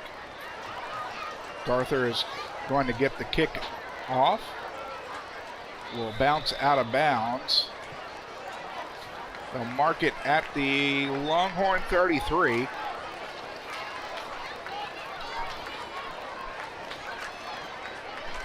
With 1:19 remaining here in the first half. Trent, we got a little bit nervous after the opening kickoff. Some mental mistakes led to Tarkington getting the ball first, but it's been all Panthers since then. Absolutely, and I'm sure that Coach Neese said they better get their heads screwed on straight, and they have done just that. Curiel under center, rolling left, looking downfield, has Clark, caught, touchdown. One play, touchdown from 33 yards out. Well, we've been waiting for Clark to get a little bit more involved in this offense, wide open in the middle of the field, and a perfect pass from Curiel to get it in once again for the Panthers. 73 yards receiving now for no, that was my fault. 33. First reception of the ball game for Zion.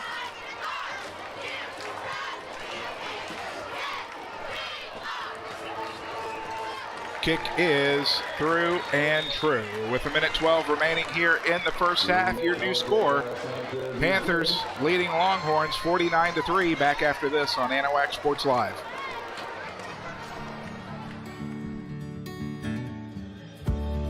Whatever it is you wrangle, whatever seeds you sow, no matter what you nurture or what you choose to grow, at Texas Farm Bureau Insurance, we're proud to protect all Texans. Building a new home? Does your driveway need that long overdue facelift? Or are you just looking to finally get your lot cleared and ready to build something great? Look no further and trust the locally owned and operated professionals at Title Services Incorporated. No need to hire multiple contractors. Title Services does all phases of residential and commercial land clearing, house pads, ponds, dirt and rock delivery, and demolition. Call for a free estimate 409-267-1057 or visit them on Facebook at Title Services Inc.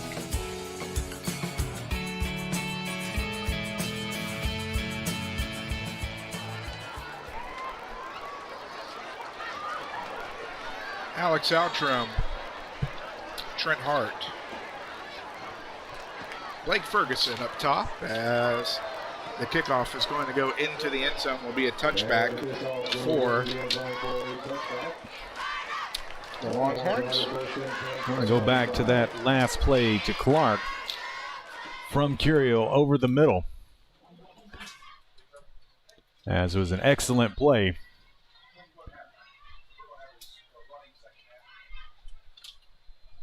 So Curiel gets it, kind of floats it, but a great spiral pass to Clark and is able to trot right into the end zone on the Chambers County abstract replay. As back on the field as Tarkington takes over. Out of the gun, the Longhorns come. Handoff straight up the middle as Hawthorne is going to pick up 7 or bring up second down and 3.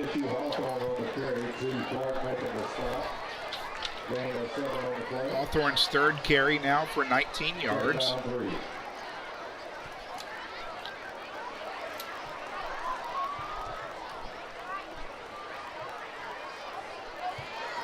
We'll tick under 40 seconds remaining here in the first half after this play.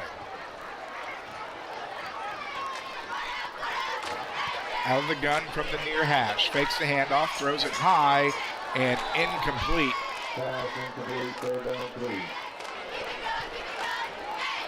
Till on the coverage.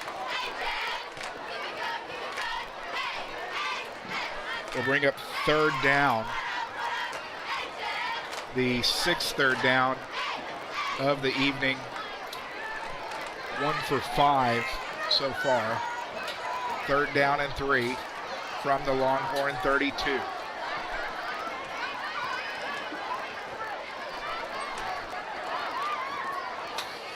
Pitch left. Hawthorne is going to be caught from behind. Coming in to get him, Dalton Hendricks. That should be the last play of the first half, as we are going to be set.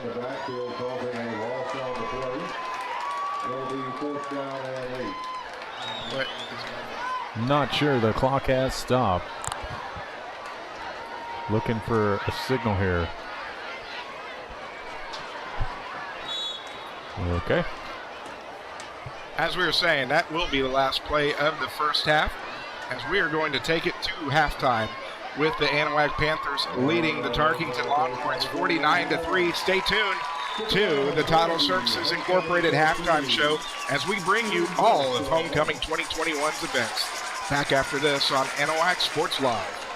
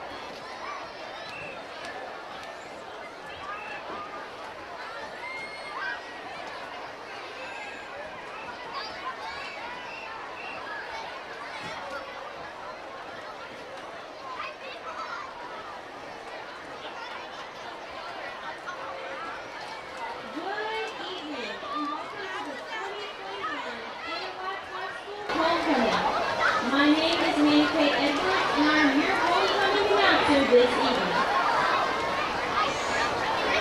Our freshman Duchess is Laura Madeline Wagner.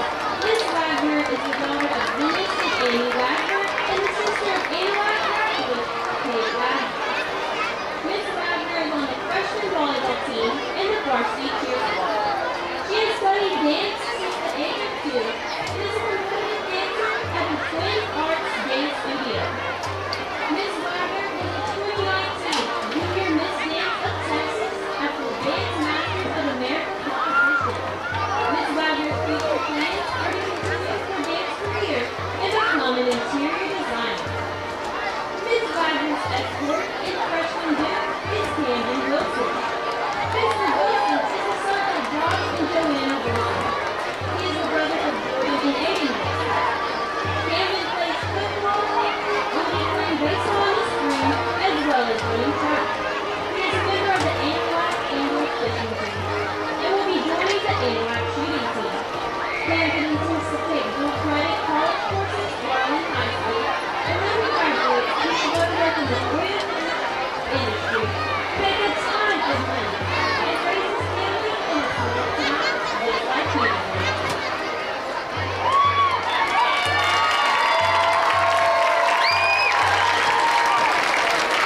Our sophomore Duchess is Miss Capri Anderson. She's the daughter of Preston Anderson and Kara Cable. Capri has one older brother, Anahuac graduate Quinn Anderson. Miss Anderson is in her second year as a student at Better Training. Capri is a qualified and member of the girls' golf team, and in her limited spare time, Capri works at Dairy Queen. Miss Anderson is not sure what her future looks like, but it will include making something of herself and staying happy. Miss Anderson's escort is sophomore Marcos Curiel.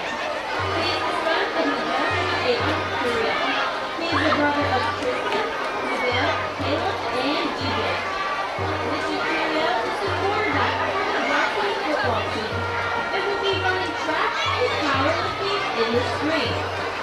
Marcos will be taking dual credit classes this spring and is dreaming of playing football at a Division I college, graduating this school year in real estate.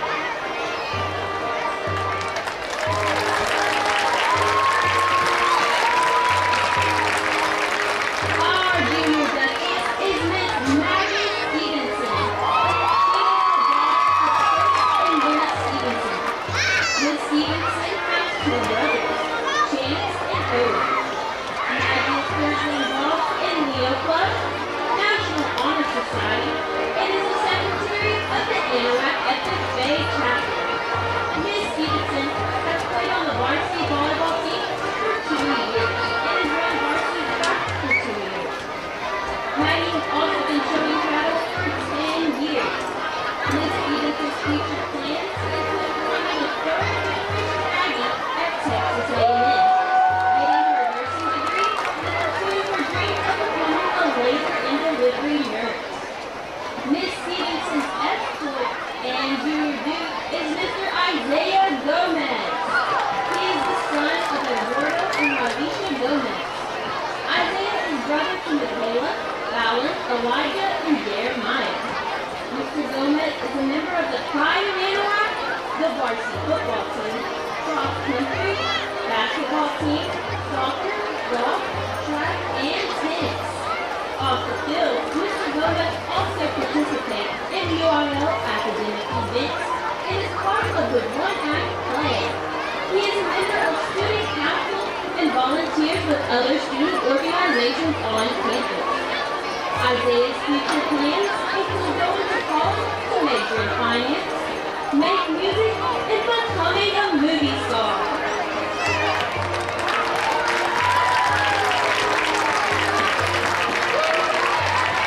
Our first senior queen candidate is Miss Kylie Sendehos. Angela Rivas. Miss Kylie is the sister of Bo, Cassandra, Kayla, Jackie, Joyce, and Natalia. Miss Sendehos is a member of Spanish Club, Student Council, and Leo Club. She plays and the pride of Anahuac, and is the colonel of the Panther drill team. Miss Anahuac plans on going to Harvard to study law and becoming the next Elle Woods. Miss Anahuac's escort and king candidate is Mr. Jack Lane Markham. He is the son of Jeff Markham and Stephanie Totzer. Jack is the brother of Hannah Dalos and Ray, Cameron Strange, and Chesley Totzer. Mr. Markham is a member of Student Council and Leo Club, and is a former member of the Anahuac FFA. Jack is also in one-act play and will be competing in poetry and prose in UIL. Mr. Markham's future plans are to attend Harvard to study environmental science. He plans to take a stand against climate change and help endangered animal species.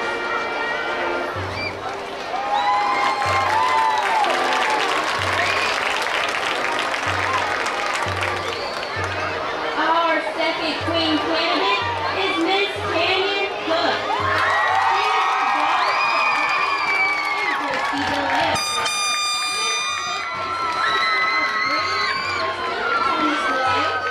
Brian Bailey and Jessica Cook.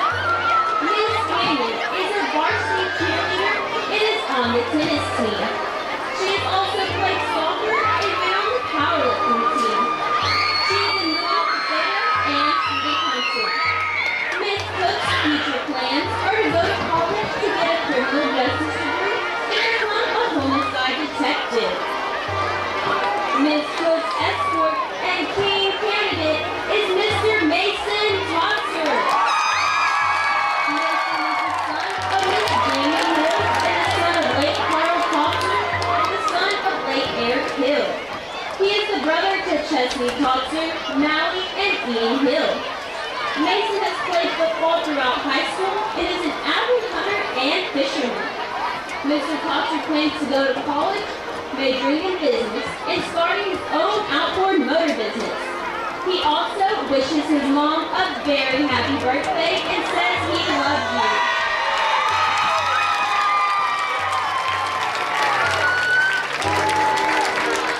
Our final queen candidate of this evening is Miss Daniela Ortiz. She is the daughter of Marco Rezo and Teresa Gasso. Miss Ortiz is the sister of Andrea Ortiz. Miss Daniela is on the varsity cheer squad, runs track, and is on the tennis team.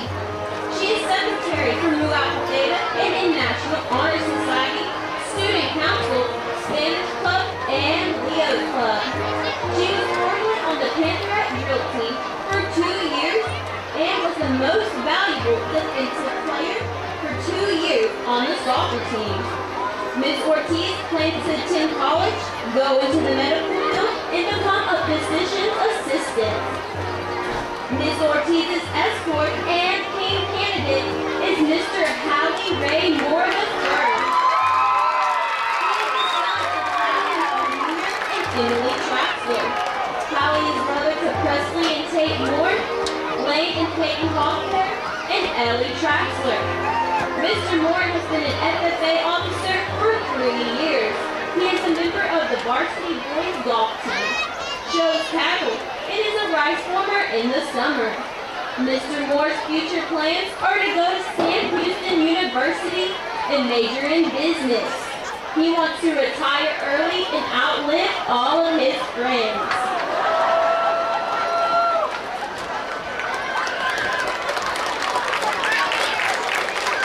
Escorting our flower girl and the crown bearer is our very own homecoming queen of 2020, Miss Elise Garcia. Miss Garcia is currently attending the University of Houston. Our flower girl this evening is Miss Stevie Sue Cerneca.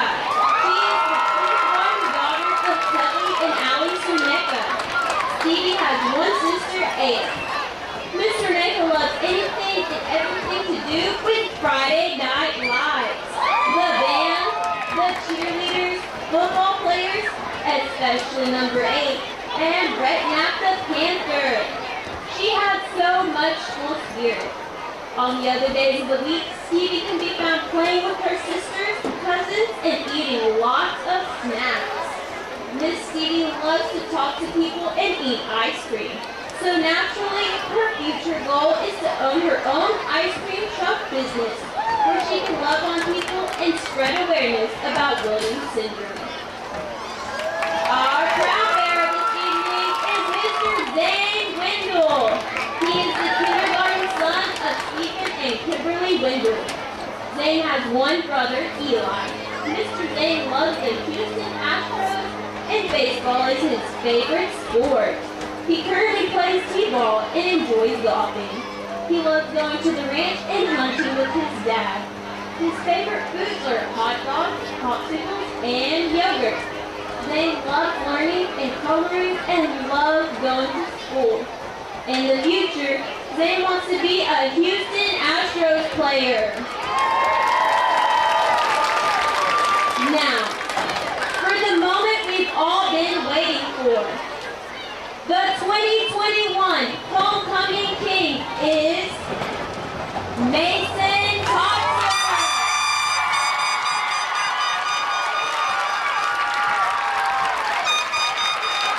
And the 2021 Homecoming Queen is Miss Canyon Cox.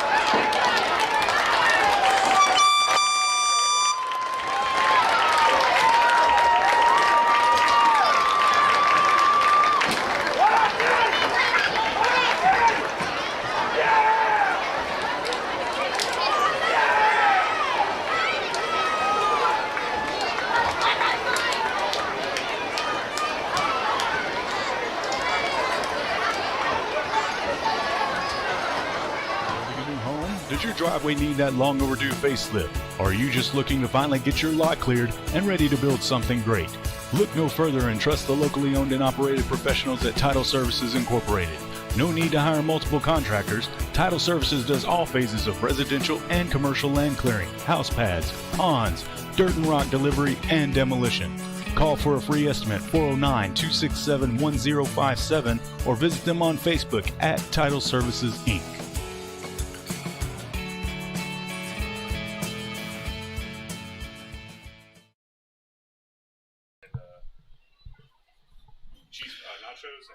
At the half, Anahuac leading Tarkington 49-3 as Title Services Incorporated brings you the halftime show here, as it has been an entertaining one if you are an Anahuac Panthers fan. Starting with Tarkington's statistics in the first half. It was 3 carries for 19 yards for Hawthorne, 5 carries, 27 yards for Canada. It was 1 rush for Moore, for a yard, and Bryant got into the action with a carry for -2 yards. 9 of 14 passing for Pavlot, as he has 38 yards through the air, 34 of those coming from Johnson. Canada has another 7. Johnson has 5 receptions. Canada has 3. And it was Bryant with a reception for -4 yards to get to the 38. 5 penalties, 45 yards for the Longhorns. They had 7 first downs in the first half, but they were 1 of 6 on third down and 0 for 1 on fourth down, including 4 turnovers, an interception, a turnover on downs, and a fumble that turned out to be a fumble recovery for a touchdown. So the trifecta of turnovers for the Longhorns in the first half of play. As for and their lone scoring drive, 5 plays, 22 yards, capped off by a Rodriguez 25-yard field goal. That made the score 3-0 Tarkington, and that is where Anahuac put a stop to that. As for the Panthers, Landon Corbett has a quartet of touchdowns on 7 carries, 75 yards, including his last 4 rushes going for touchdowns. It was Christian Sanchez. He's got 8 carries, 65 yards, and a touchdown himself. Marcus Curiel with 1 carry for a yard. Zion Clark has 2 end-arounds for 30 yards. Marcus Curiel, 4 of 5 for 87 yards passing and a touchdown. KJ Moore had some razzle-dazzle as he completed his only pass for 33 yards. It was Zion Clark from his lone reception was a 33-yard touchdown, 1-play drive. Landon has 2 receptions for 47 yards, and Christian Sanchez has the other one for 7. 4 penalties, 34 yards against the Panthers in the first half.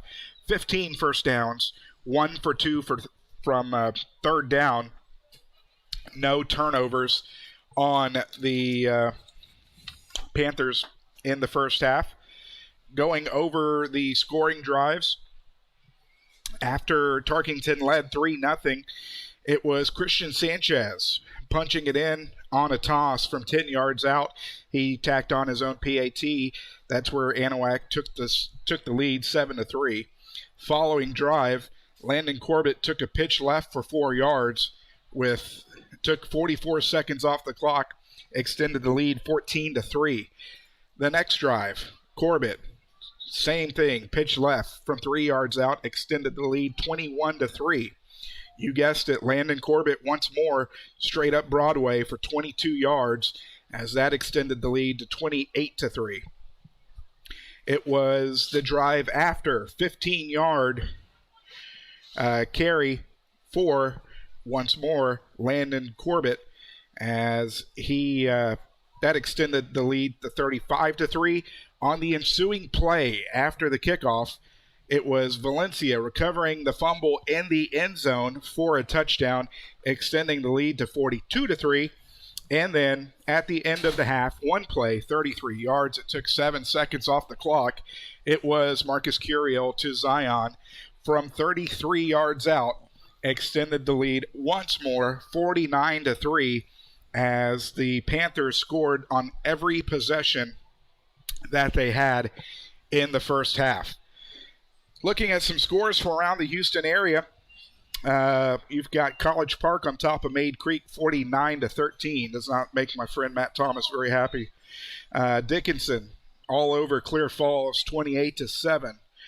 It is Cy Ranch running over Cy Lakes, 52-0. George Ranch on top of Elkins, 21-7. Shadow Creek leading A-Leaf Taylor, 28-7. It's Bridgeland all over Langham Creek, 20-9. Corrigan Camden and Hemp Hill playing a close one, 27-23 going into the fourth quarter. It's Newton all over Kuntz, 28-0. Belleville on top of Columbia, 49-0. Morton Ranch, 14-7. Liberty's up on Hardin Jefferson, 35-7 or 35-0. Silsbee at the half on top of Orangefield 14-13. There we go again. West Orange Stark 21-0 over Hampshire Finette. It's Woodville and Buna, as Buna's making it a game, 16-12. Woodville still leads Buna at the half. Hardin is not on top of East Chambers, 33-10. I think that is reversed. I think it's 33-10 East Chambers over Hardin in the third. Stratford on top of Cy-Fair 23-10. Alvin on top of Elsick 29-6. Morton Ranch on top of Katy Taylor 14-7. And my alma mater, the Humble Wildcats, getting rolled by the Atascocita Eagles 34-0. So we'll cap it there. Just kidding. One more score out of Beaumont. The Westbrook Bruins taking on the North Shore Mustangs, as the Mustangs lead 31-7 in the third quarter. And Trent, again, we saw the opening kickoff. We saw a mental lapse. One of those things we talked about, that I talked with Coach Neese, I talked to you about before the game. Homecoming week, you're getting pulled in a million different directions. You're going up against a team that you know is better. You're on a roll. You've won your last three in a row, steamrolling through your last three opponents. Had a mental lapse there, but boy, do they turn it around in a big way with 6 straight possessions hitting pay dirt. Well, it has been the Landon Corbett show here in Anahuac, and he has been running the football with very good effectiveness for the Panther offense, but kudos goes to the Panther defense as well, being able to penetrate up front, get into the backfield, got a few sacks, have gotten at least one interception. The defense is playing a lot better football, and we've seen the improvement of them over the last 3 weeks, and just the improvement overall for the Anahuac Panthers, on both sides of the football. And, here in the second half, I mean, we're probably going to see a little bit of the second team come in for the Panthers, and we're going to see some different things. Maybe they're going to try some of the things that they're looking to improve on more on the offensive side of the ball to get some practice in the second half, with the score being the way it is. But, I mean, Alex, you can't really say anything bad about the Panthers except for the mishap that happened on special teams in that first quarter. Kind of got everybody a little bit nervous. But nonetheless, the other thing that, you have to bring up, and I sound like a broken record when it comes to flags on the field.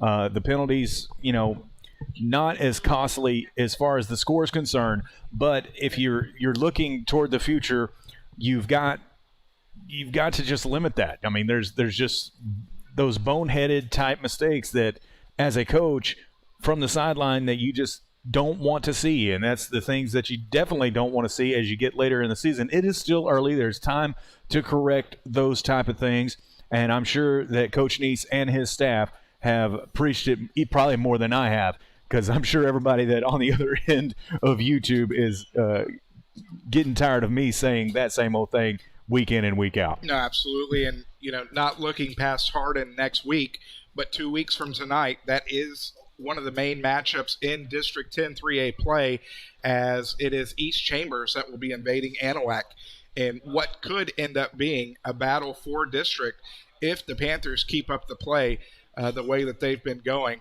But not to put the cart in front of the horse, we still have another half here. And as we said, we travel to Hardin next week to take on the Hornets. And then you can worry about those types of games coming up after that.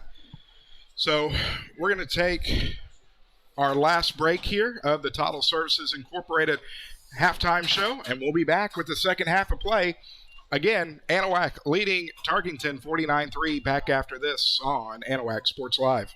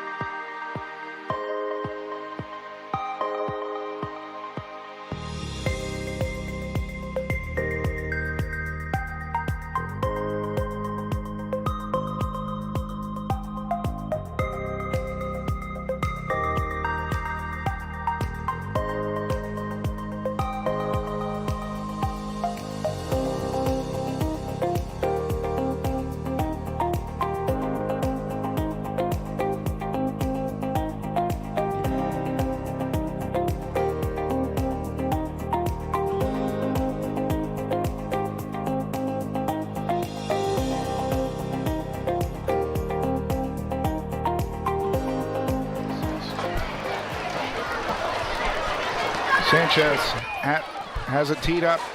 End over end kick is going to fall to the 10, 20, 25. Brought down at the 31-yard line. He's going to give him a 30. As that is where the Longhorns will set up shop for their first possession of the second half.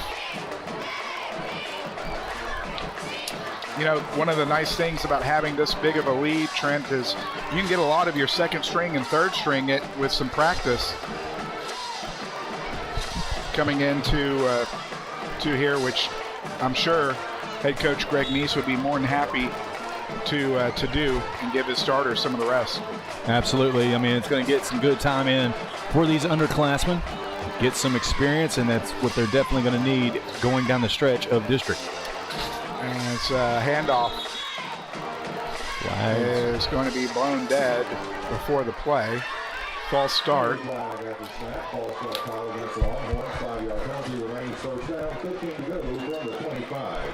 Sixth penalty for 50 yards for the Longhorns. It is Drindle Canada coming out as the opening back. It is still Stephen Pavlot, the sophomore quarterback, leading the team. Far wide receivers are Tanner Jones,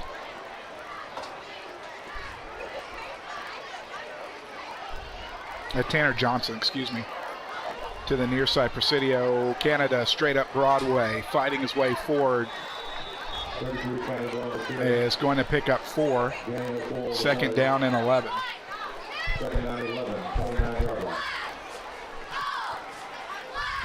So now, really, if you're the Longhorns, you just want to try to get some positive momentum going into your second game.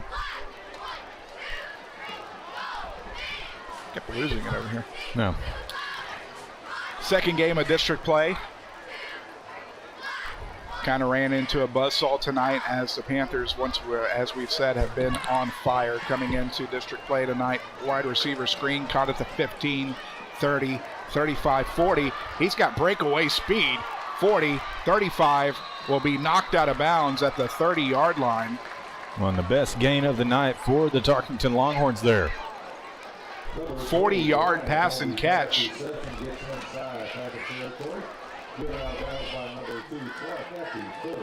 That was Bryant. His second reception.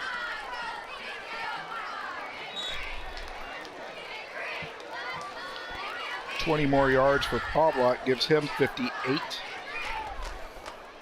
First down and 10 for the Longhorns in Anahuac territory.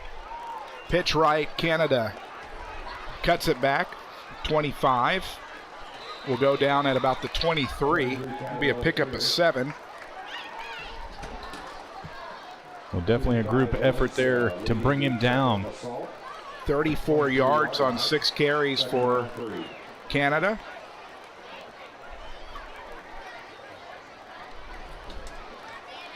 Find that Woodville-Buna game interesting. Woodville 16, Buna 12 at their halftime. It's that Woodville and Anahuac meeting in the last game of district play this year. Handoff, right side. Canada fighting his way forward. He's going to get back to the line of scrimmage. They're going to give him 2. We'll bring up third down and 1. This will be the 7th third down for the Longhorns this evening. As we'll tick under 9.5 remaining here in the third quarter after this play.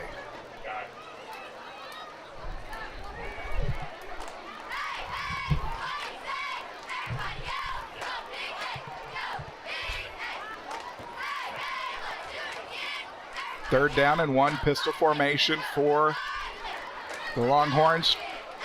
Hawthorne fighting his way forward. Is that Hawthorne? No, that's different. 21. 21 is Brandon Pitty. Pitty is going to move the chains after a pickup of 4. 10th first down of the ball game for the Longhorns. Inside the 15, set at the 14, first down and 10. Looks like they fixed the East Chambers score. It is 33-10 over Hardin. Who's in charge over there anyways? I don't want to say it. It popped up on my screen, but I'm not going to even utter the word. Rolling left. Going to be catch. caught by Johnson. Johnson's going to get down to the 2. Pickup of 11. No, that wasn't Johnson. That was MacArthur.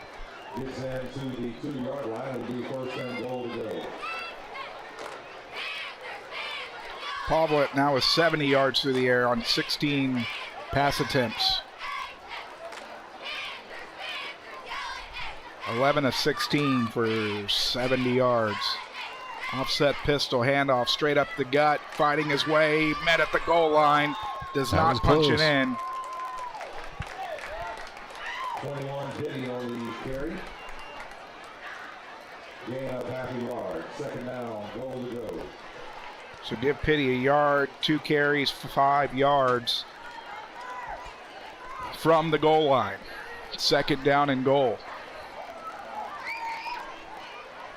Yeah, the ball placed around the half-yard line, looks like. I wouldn't be surprised of a quarterback sneak here.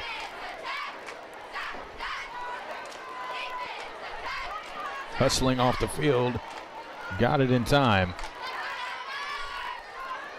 Pavlot out of the gun. He's going to keep it himself. He gets hit. Falls into the end zone.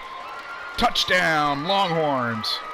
Number 9, Pavlot, quarterback keeper, into the end zone for the Longhorns. First touchdown of the season for the Longhorns.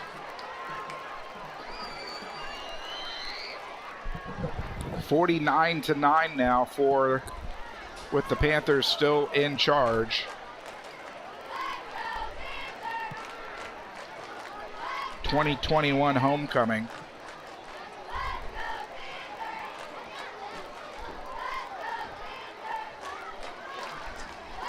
Looks like MacArthur set to hold.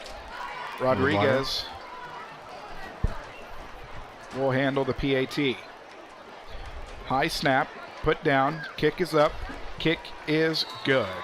So with 7:27 remaining here in the third quarter, your new score 49-10. Anahuac leading Tarkington on your Anahuac National Bank scoreboard. Back after this on Anahuac Sports Live. Custom processing, professional guided hunts, hide tanning, and gator merchandise. Porter's Processing and Alligator Farm offers a personal experience like no other. Locally owned and operated in Anahuac, Texas since 1987, Porter's has been Southeast Texas' premier choice for any hunting adventure need. Now offering full-service processing of gator, deer, beef, hogs, and other wild game. Make Porter's Processing this hunting season's one-stop shop. Visit them today at portersprocessing.com or call 409-267-8413.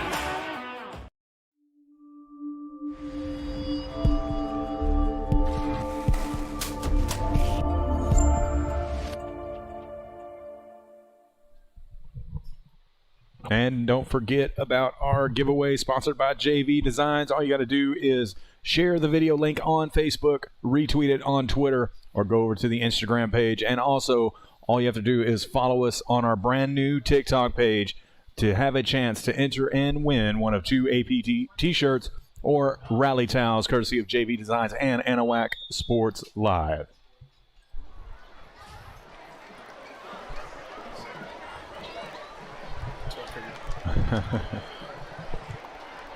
Alex Outram, Trent Hart. Blake Ferguson up top handling the camera duties tonight from Kyle White Stadium on the campus of Anahuac High School, where Ivan Rodriguez gets under it. Going to be taken at the 21. Cuts back across the 30, runs into his own man, keeps on fighting, fights his way to the 36. As taking the ball there was your favorite. That's Pocket Hercules Brooks Henneke. Glad to see that he is healthy and got that ankle healed up. So this is only the second time tonight that Anahuac has started in their own territory. Generally not a recipe for success for the opposing team.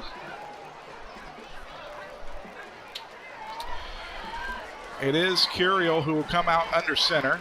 Landon and Christian, as Landon now motions out. Christian Sanchez, the lone setback. Quick pass to Clark. Clark across the 40, across the 45, into Longhorn territory.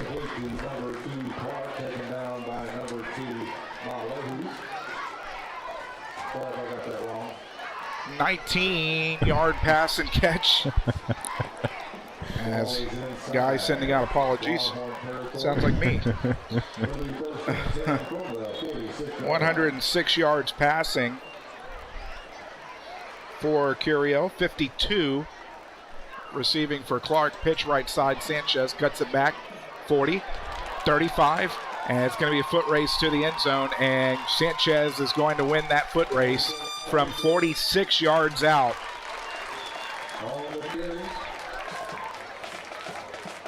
111 yards on 9 carries for Christian tonight. Second touchdown of the evening.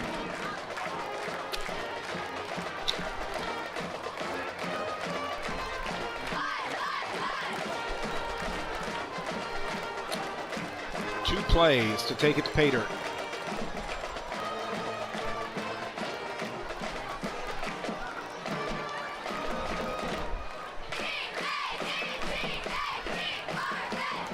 Clark to hold it.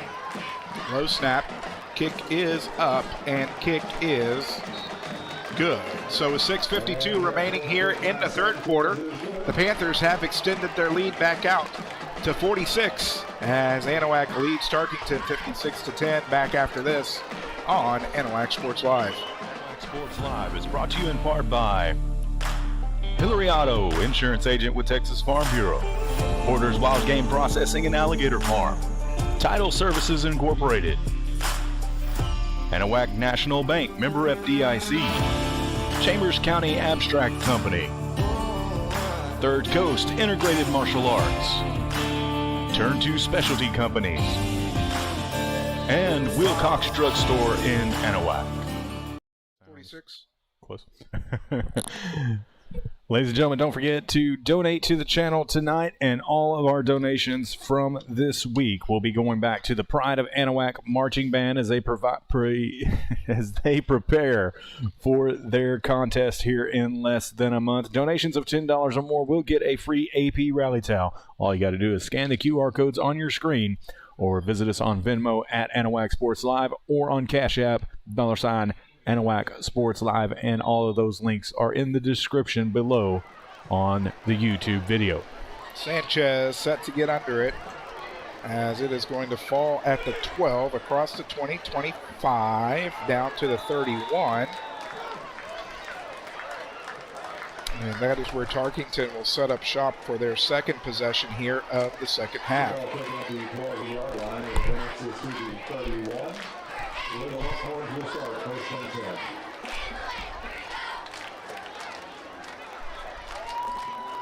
Definitely have some movement on the scoreboard there.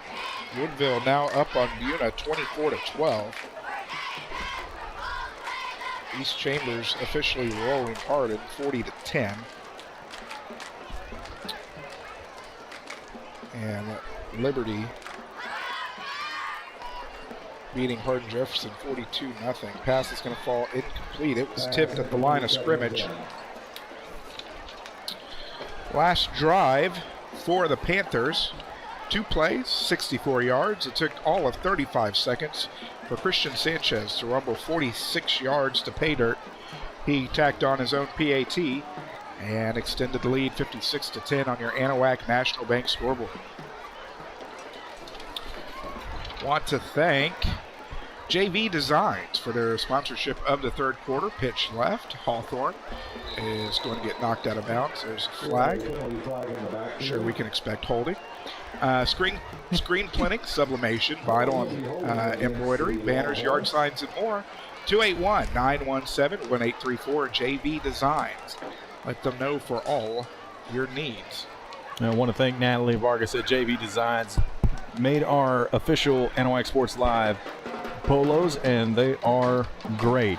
Turned out really, really good, and I suggest that you go over and visit Natalie if you can. I wouldn't know yet, Trent, since you're hogging. Well, they're in a box behind you. I'm shy. I don't want to take off my shirt up here. And nobody up here wants that. No, nobody wants it. Second down and 20. Don't you know that dad bods are in right now? I mean, that's the thing, Alex. A little bit more than a dad bod. Like 2 dad bods. Up in and out of the hands of the receiver. Intended receiver was Inaseli Leulu. I'm sorry if I butchered your name. Now I feel like Guy. I'm not Samoan. I can barely get some of our players right. Third down and 20 from the Longhorn 21. 20 ahead, 18 on the line. 6:04 remaining here in the third quarter with the clock stopped.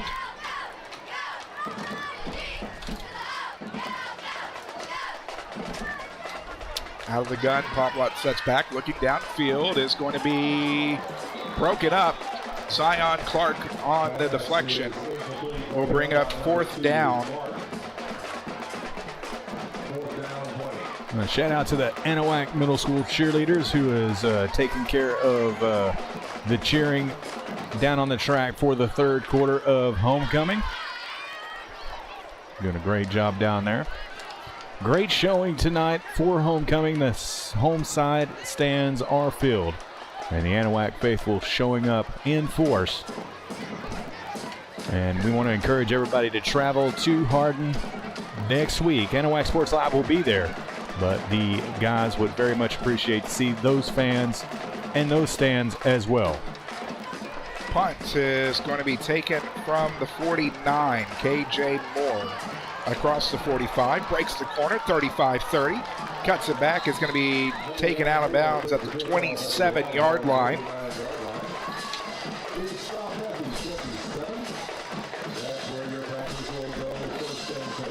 .540 remaining here in the third quarter of play.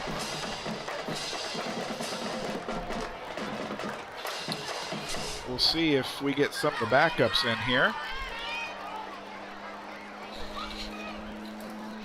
I do see Brooks Henneke in the ballgame. KJ Moore is still in there.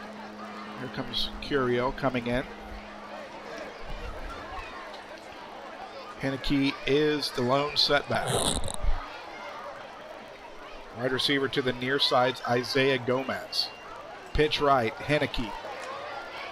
Fighting his way forward. He's going to be taken down at the 24. It's going to be a pickup of 4. Will bring up second down and 6. Did I miss it? 1, 2. I did. 3 yards for Henneke.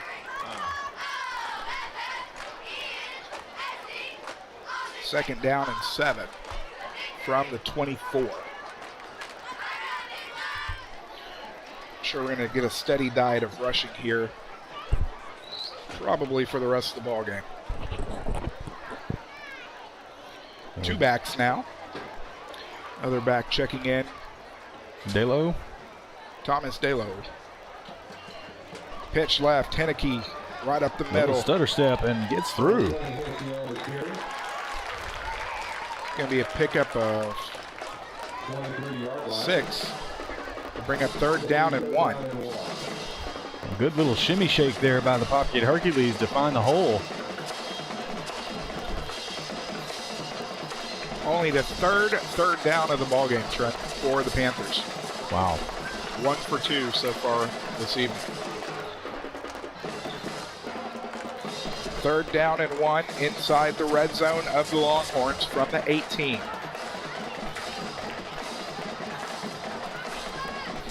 Panthers taking their time, taking time off the clock.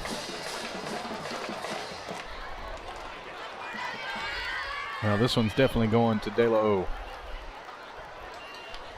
Pitch left, Delo, 15. Breaks a tackle. Had his knee down At the 11. Pickup of 7. Pickup of 6.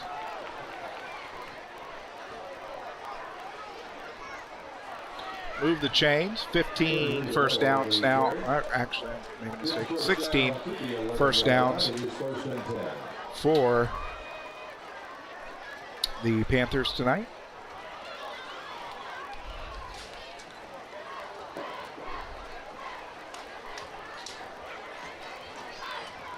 First down and 10 from the Longhorn 11. Panthers in no hurry.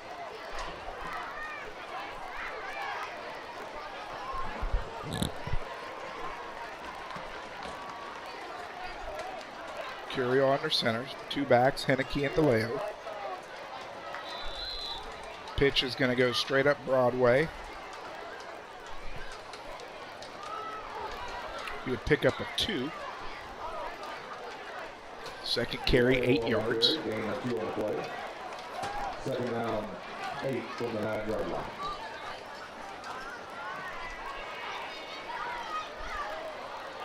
Well, definitely good to see the freshman Thomas DeLode getting some time in. Definitely interested to see the development that he makes over the years. Definitely a lot of talent in that 9th grade system, as the JV got a big win last night too. Pitch right, Henneke cuts back and is going to fall forward to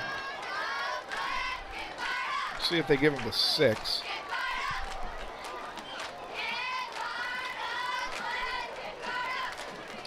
They do. That'll be a pickup of 3.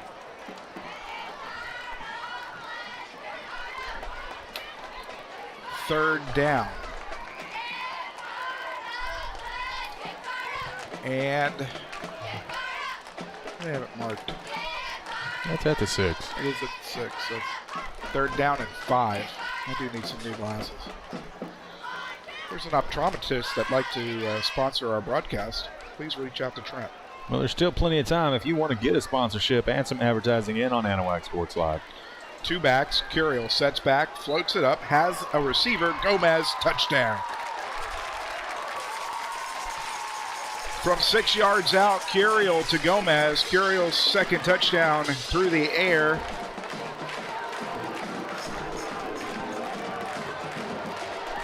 ...112 yards passing. 6 of 7 for Marcus Curiel tonight.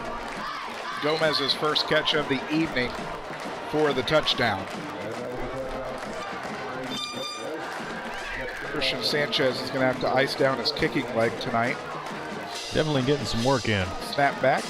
Kick is through and true. So, with the $1.09 remaining here in the third quarter, your new score, Panthers leading Longhorns 63-10. Back after this on Anahuac Sports Live.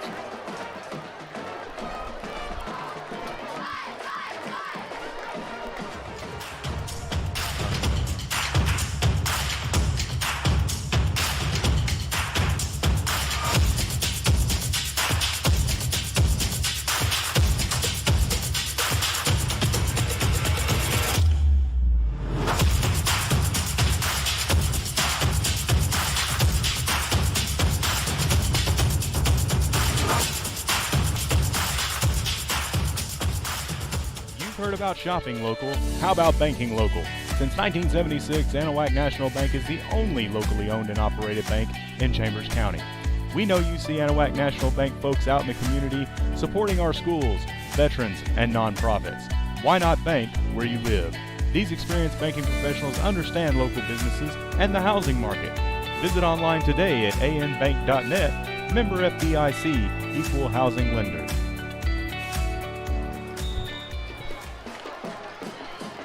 Christian Sanchez has it teed up from the 40 as he gets a boot underneath of it.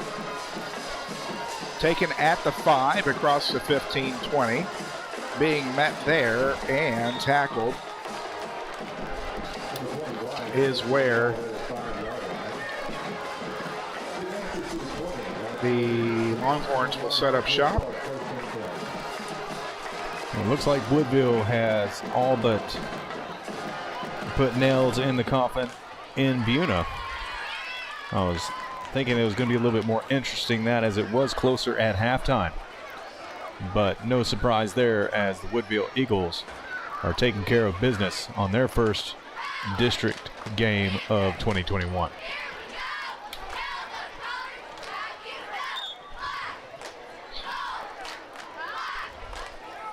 Longhorns back onto the field. Gave the wrong one a extra point there, didn't I? Yep. Sorry about that.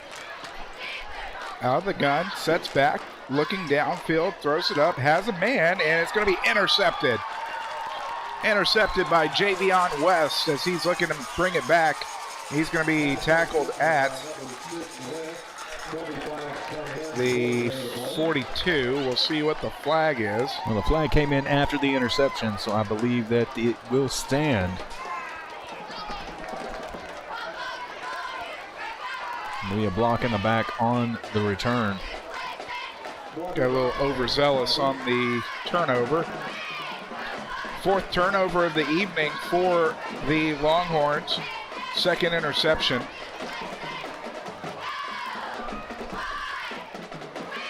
So Anahuac won't start in Longhorn territory.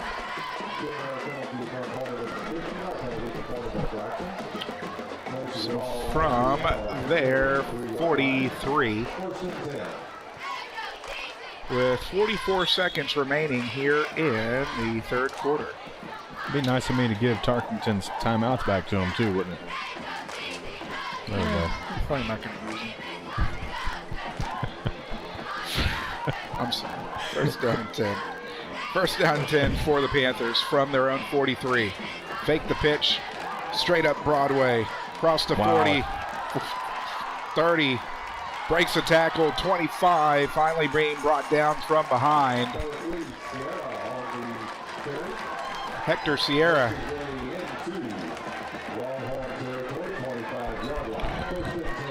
25 and 7. 32 yards on the rush. First down. 18th of the ball game for the Panthers. First down and 10 from the Longhorn 25. I haven't been able to get to the replays as much tonight because of how quickly the game has been going. But that sound is the end of the third quarter. But what I was just about to say is you can always go over to our TikTok channel. That is where we will be posting all of the highlights and the videos of the replays that I'm pretty much not showing here tonight. But you can catch it all on our TikTok. That is where we'll have special plays and different highlights of all of the Anahuac Panthers game, including middle school and some volleyball as well. So head over to our TikTok channel, and while you're there, hit the follow, and you'll be entered for a chance to win one of the 2 t-shirts or the 2 rally towels. We'll be back right after this. This is Trent Hart, Alex Outram, and Blake Ferguson with Anahuac Sports Live. Since 1948, Wilcox Drug Store has been the Anahuac area's most experienced and trusted pharmacy. Continuing its long-lasting reputation for personal attention to all your medical needs, Wilcox Drug Store offers counsel, refills, transfers, compounding, flu shots, and delivery. Visit pharmacist Dave Wilcox and his experienced staff today at 1208 Miller Street in Anahuac or call 409-267-6141. Wilcox Drug Store, delivering solutions, delivering confidence.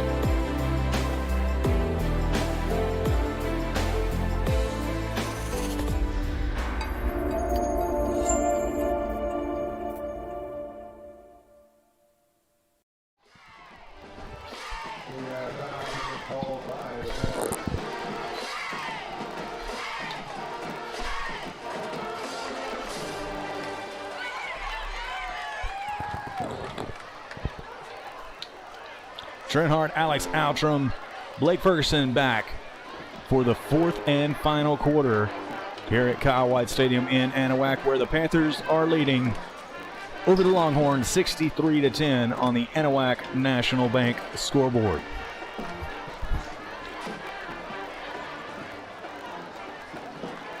As the Panther offense gets set back on the field, we have seen a little bit of action from the underclassmen as the Panthers have sent in most of their second string players. Curio coming in from the sideline. with the play call.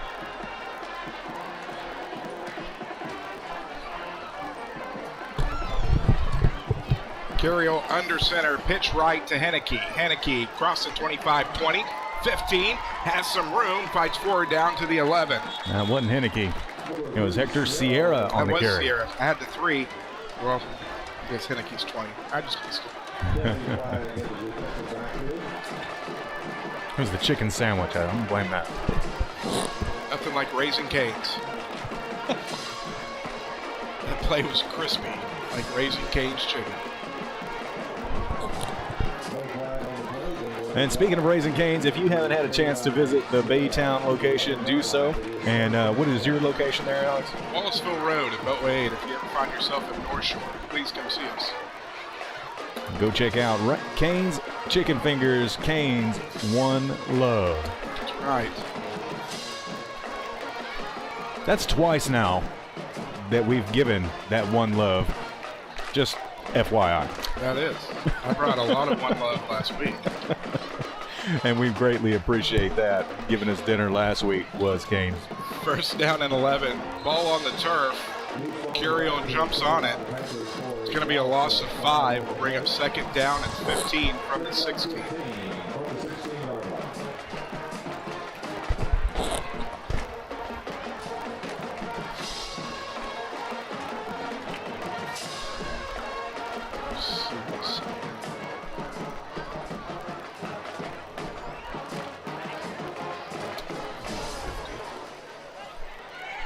Second down and 15 from the 16. We'll tick under 10:40 remaining here in the ball game after this play.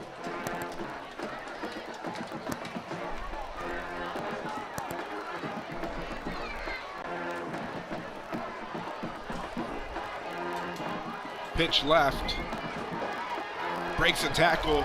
10. Trying to find some blocks across the 5, down to the 4. That is De La O, I believe, again. And it was. Pickup of 11. Bases went to the 4-yard line. We have timeout being called on the field for injured player. That is 19 yards on 3 carries. It'll be third down and 3. Gave him a little bit more on it. So 3rd and 3 instead of 3rd and 4. I wouldn't be surprised if they try to go to De La O again to get him some points for his freshman year. Everybody gets some on homecoming, scoring wise.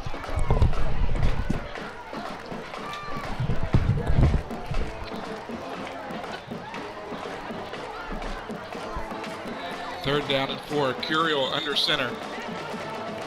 As we're going to have delay of game.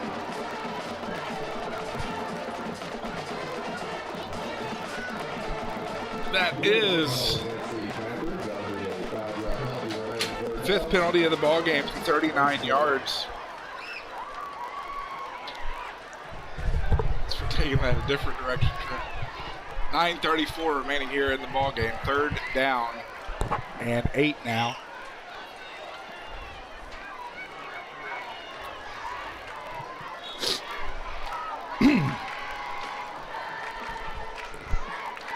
Don't forget to like, follow, and subscribe to us if you haven't done so on YouTube yet. You can do so by logging in with your Gmail account. If you don't think you have a YouTube account, you probably do. Pitch to De La O. He's looking for the end zone. Punches it through, and he's close. Loses the football. No signal yet, as they're going to mark him down just short of the goal line. That is going to be enough for the first down, though. After the pickup of 8.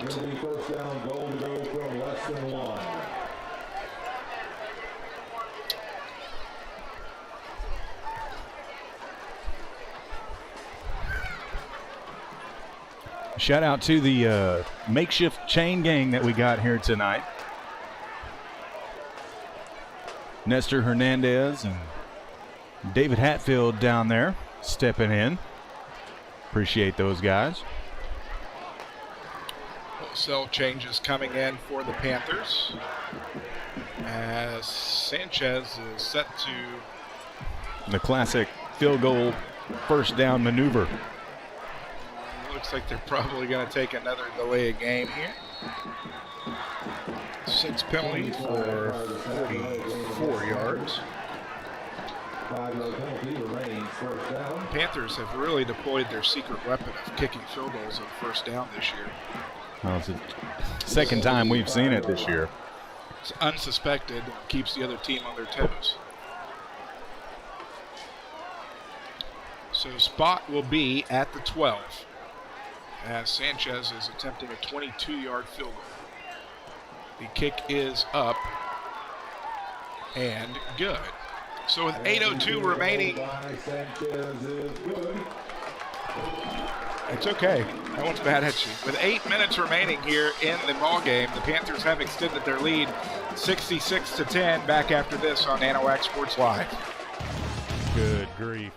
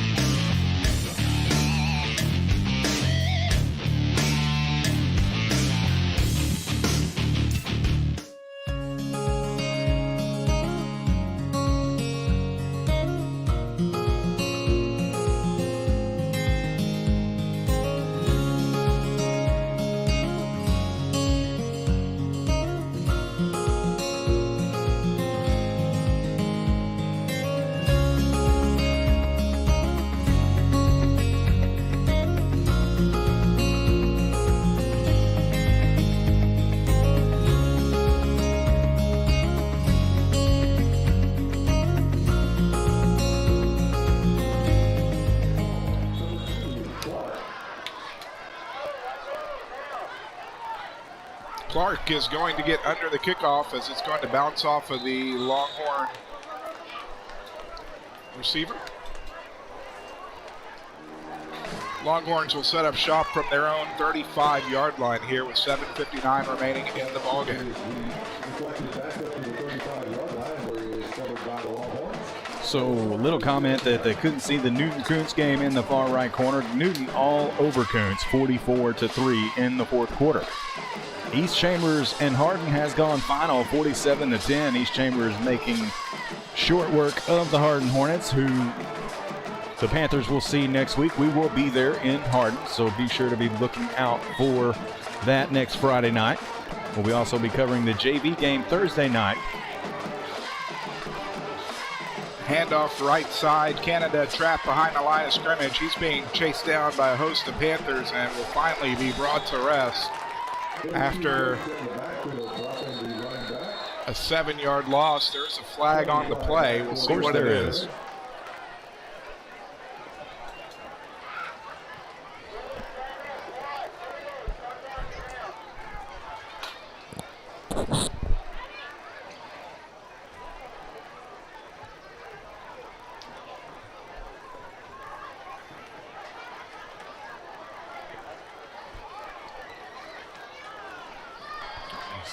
As for Tarkington, they will go home for Buna.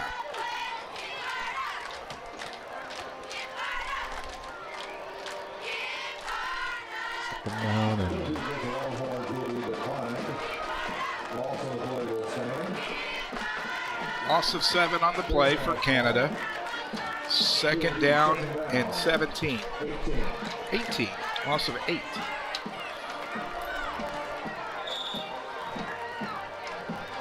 Second down and 18 from the Longhorn 22.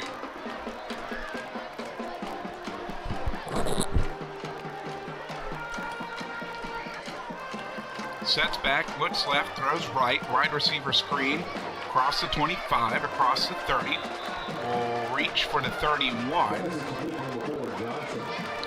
Be a pickup of 3.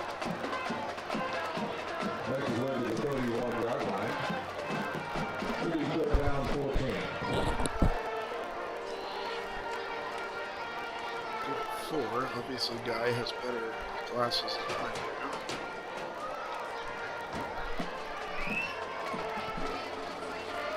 Third down and 14.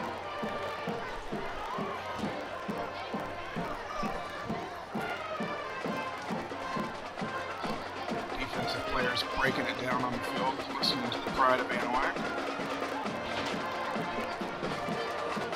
Snap back, rolling, has a receiver, incomplete. Pass is incomplete, fourth down. We'll bring up fourth down for the Longhorns.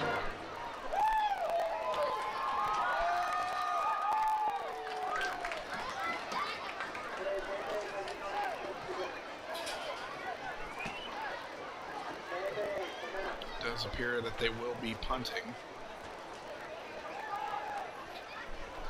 Reese MacArthur is out there. Looks like they're going to have a different punter, though.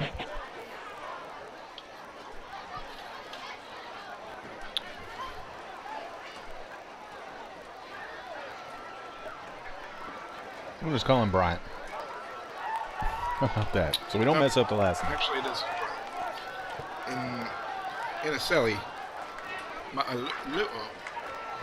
Will get the kick. It'll bounce. Taken at the 37, across the 40. Flag, of course. He's going to take it to the house, but unfortunately for Isaiah Gomez, it's going to be coming back. Yeah. And really, if you see where it was, he was already past where it was. There was no reason for him to be holding back there.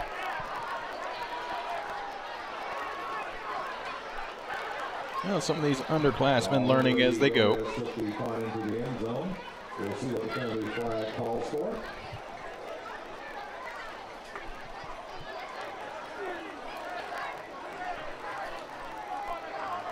Holding call against the Panthers. So it's marked at the 41, so that means that the Panthers will set up shop from their own 31-yard line to begin this drive. 6:11 remaining in the ball game.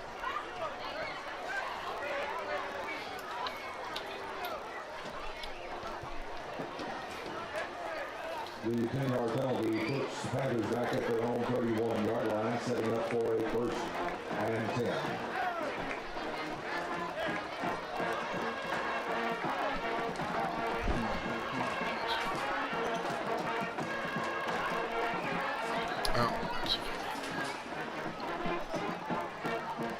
Ladies and gentlemen, you got about 6 minutes in the ball game to go ahead and get your shares in on Facebook or retweet on Twitter, Instagram to get entered into this week's giveaway.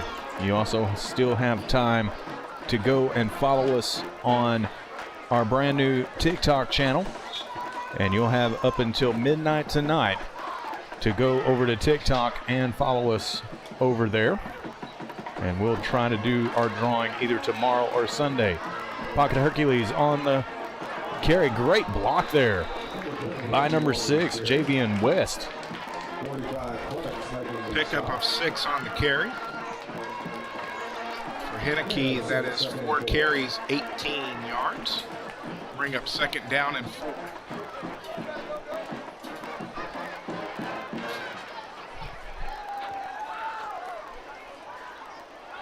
Again, Panthers taking their time here.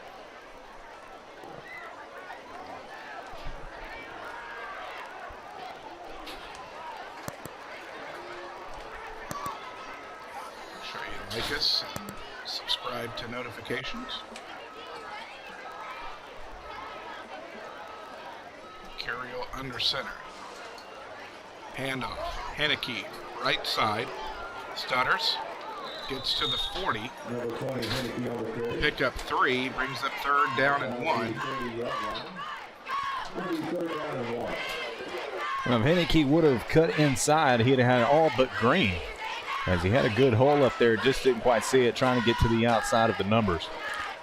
And I'm sure if he goes back and watches the film or our video on YouTube, which will be up for the next 48 hours, he'll see that fifth third down of the ball game for the Panthers, 3 of 4 on third down so far this evening.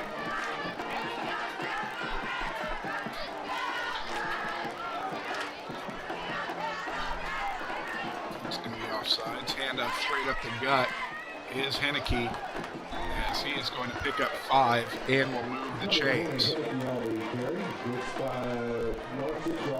26 yards on 6 carries.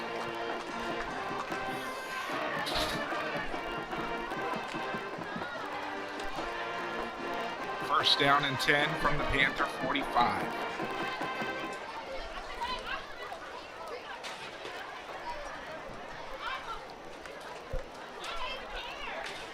We'll tick under 3.5 remaining here in the ball game after this play.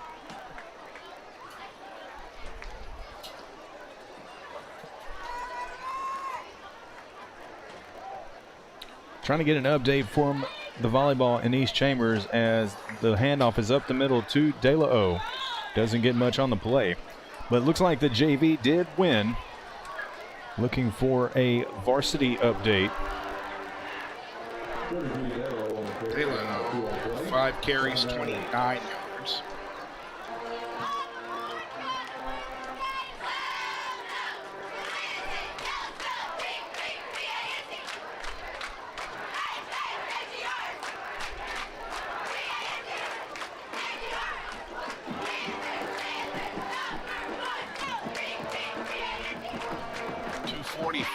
Remaining here in the ball game. Second down and 8 from the Panther 47. Make sure you stay tuned for the Wilcox Drugstore post-game show, all put on the turf and recovered by the Longhorns. First drive of the night for the Panthers not to score. Comes with 2.5 remaining in the ball game. Not too shabby.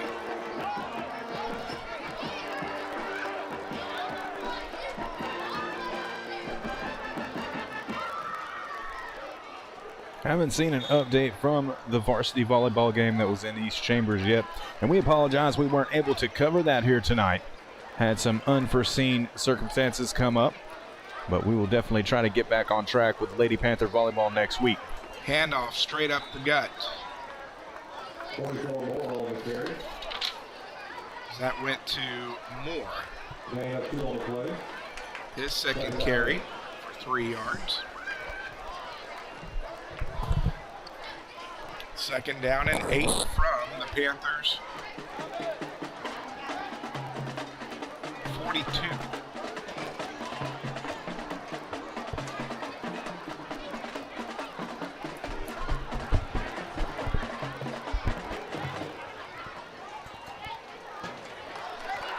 Oh my. That was close. Braden Lanterman, all he saw was 6 points on the scoreboard. He took his eyes off the ball for 1 second, didn't come out with it. He's got to be kicking himself. Yeah, he definitely is. Third down and 8.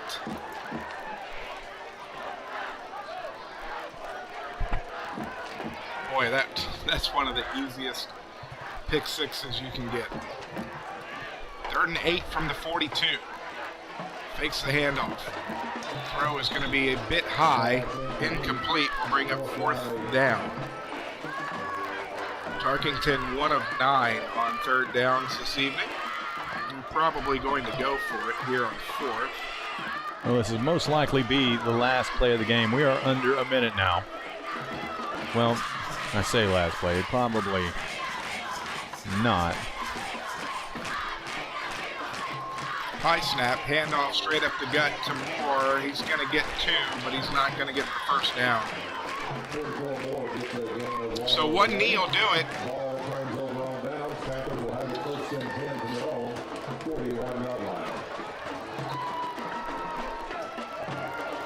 Now they're going to let it run out, and that will be it here at Kyle White Stadium. 6-5-4. The Panthers win 2021 homecoming game tonight. Panthers have knocked off the Tarkington Longhorns 66-10, as Trent and I will be back to wrap things up after this on the Wilcox Drug Store post-game show. Want to thank once more sponsor here of the fourth quarter, our Anahuac Florist, 810 Miller Street, 409-267-3875, AnahuacFlorist.com on the web. Thank them again once more for sponsoring the fourth quarter, as we'll be back with the Wilcox Drug Store postgame show after this on Anahuac Sports Live.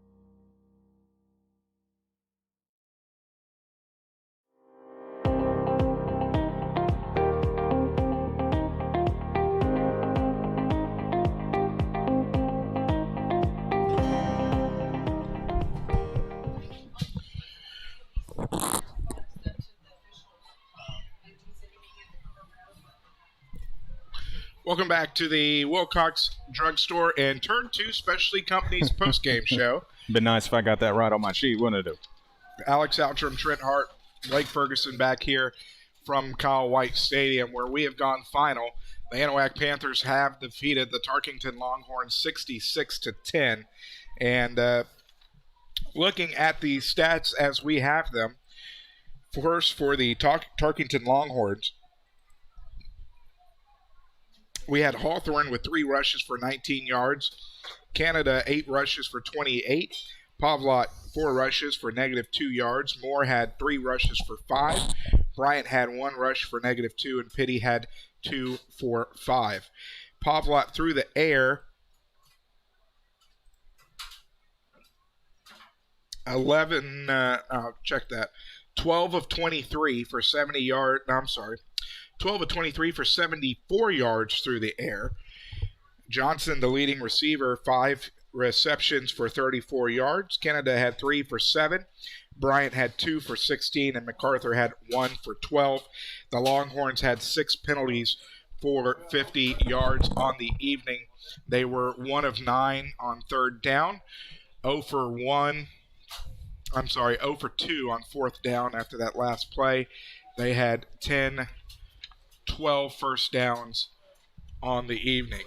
As for the Panthers, Anahuac moves to 4-1 on the year, 1-0 in District 10 3A play. More importantly, 22 first downs on the evening for head coach Greg Neese's team. They went 3 for 5 on third down. They did have a turnover tonight. 6 penalties, 44 yards for the Panthers.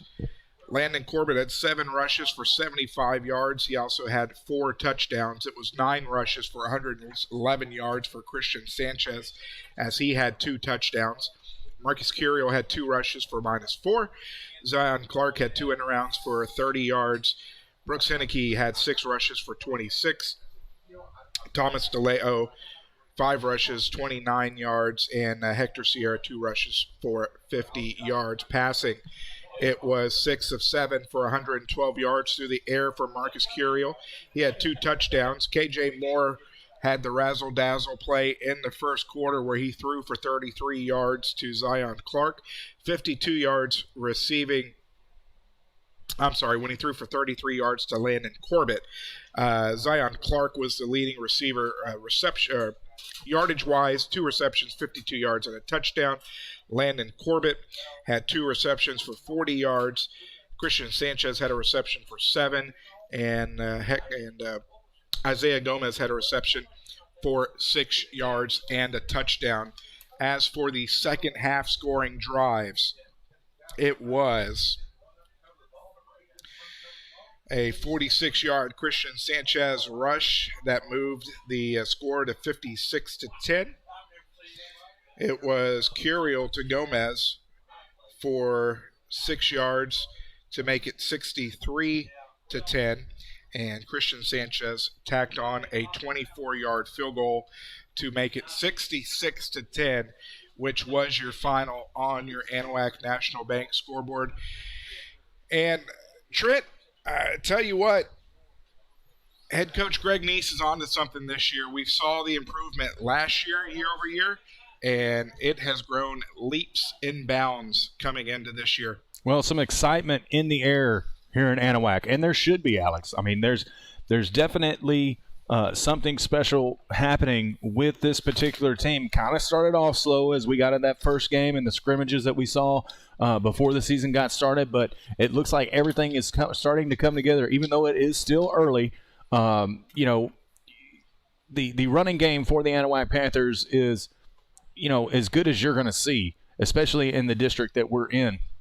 And, Landon Corbett is one of those players that you want to get as a coach. And Coach Greg Neese himself will say that. But it's not a one-man show. It is a team effort. The offensive line has really stepped up over the last couple of games, doing those getting that blocking up front, open up the holes for the running game. I mean, you see Christian Sanchez going over the century mark here tonight, with his 2 touchdowns, and the defense being able to come up with the turnovers like they have been. It's just something great to see on the Anahuac side of the football. As far as Tarkington goes, I mean, kudos for them coming in tonight. We appreciate all of their fans tuning in to the live coverage here on Anahuac Sports Live tonight. Wish them the best of luck moving forward into the rest of their season. But Alex, I mean, you can't help but look not only just to next week when we go to Hardin, but you're looking to that East Chambers game. You're looking to the Woodville game, because it's those 3 teams in this district that everybody's eyes are going to be on, and those matchups, especially going down the stretch and vying for those playoff spots. Well, just like we talked about this week, head coach Greg Neese going to have to keep their head in the game. Very easily can become one of those look-ahead games. Hardin picked to finish last in district this year, but if you go in and take any of these competitive teams lightly, especially in district play, you don't want to give away a game to a team that you should be beating. Well, you don't. Yes, East Chambers is in 2 weeks, right, but you take care of who's in front of you. The Hornets are in front of you. You mow them down, and then let's let the East Chambers come into Anahuac's house and let the chips fall as they may. Well, it's one game at a time, because you never know on I want to say even game Sunday, but it's any given Friday night, anything can happen. This is Texas high school football. We've seen stranger things happen. You can't get a big head. You can't go into these games thinking that you're invincible, because you're not. You never know when a team will come out and get the best of you. So it is take one game at a time. Take care of your business the way that you want to. Focus on the goal. Maintain the focus. And that's what this team is going to have to do, is stay the course as they keep moving forward week to week. So once again, that is the Hardin Hornets that the Panthers will be taking on next Friday night. Trent and I will be out there from Hardin to bring you all the action. But what a game. The Panthers are on a roll. They've won 4 games in a row. They've put up over 40 points in the last 4 games in a row. The defense just has been just lights out the last couple of games. And the best part about it is they can keep getting better week after week after week. You have another week of practice, a game against Hardin, and another week of practice before you meet East Chambers. So getting some more experience, getting more playing time is only going to be better for this team. Final thoughts tonight, Trent? Well, the final thoughts, we kind of went over pretty much everything that the Panthers have to do moving in and moving, further into district. And, it all starts with that defense and keeping on what they're doing and maintaining, the intensity, getting into the backfield, getting to the quarterbacks, making the good defensive back plays that we've been seeing, and breaking up passes and getting the interceptions. Those are the type of things that they're going to have against some of these high-powered offenses that they're going to see later on in the next coming weeks. Well, that's going to wrap things up here from Kyle White Stadium, as reminding you of your final score. The Anahuac Panthers defeat the Tarkington Longhorns 66-10 to move to 1-0 in District 10 3A play. Stay tuned this week, as Anahuac Sports Live will have plenty of coverage before Friday night's game. Alex Outram speaking on behalf of my broadcast partner, Trent Hart. We wish you a good evening and a good week. So long, everybody.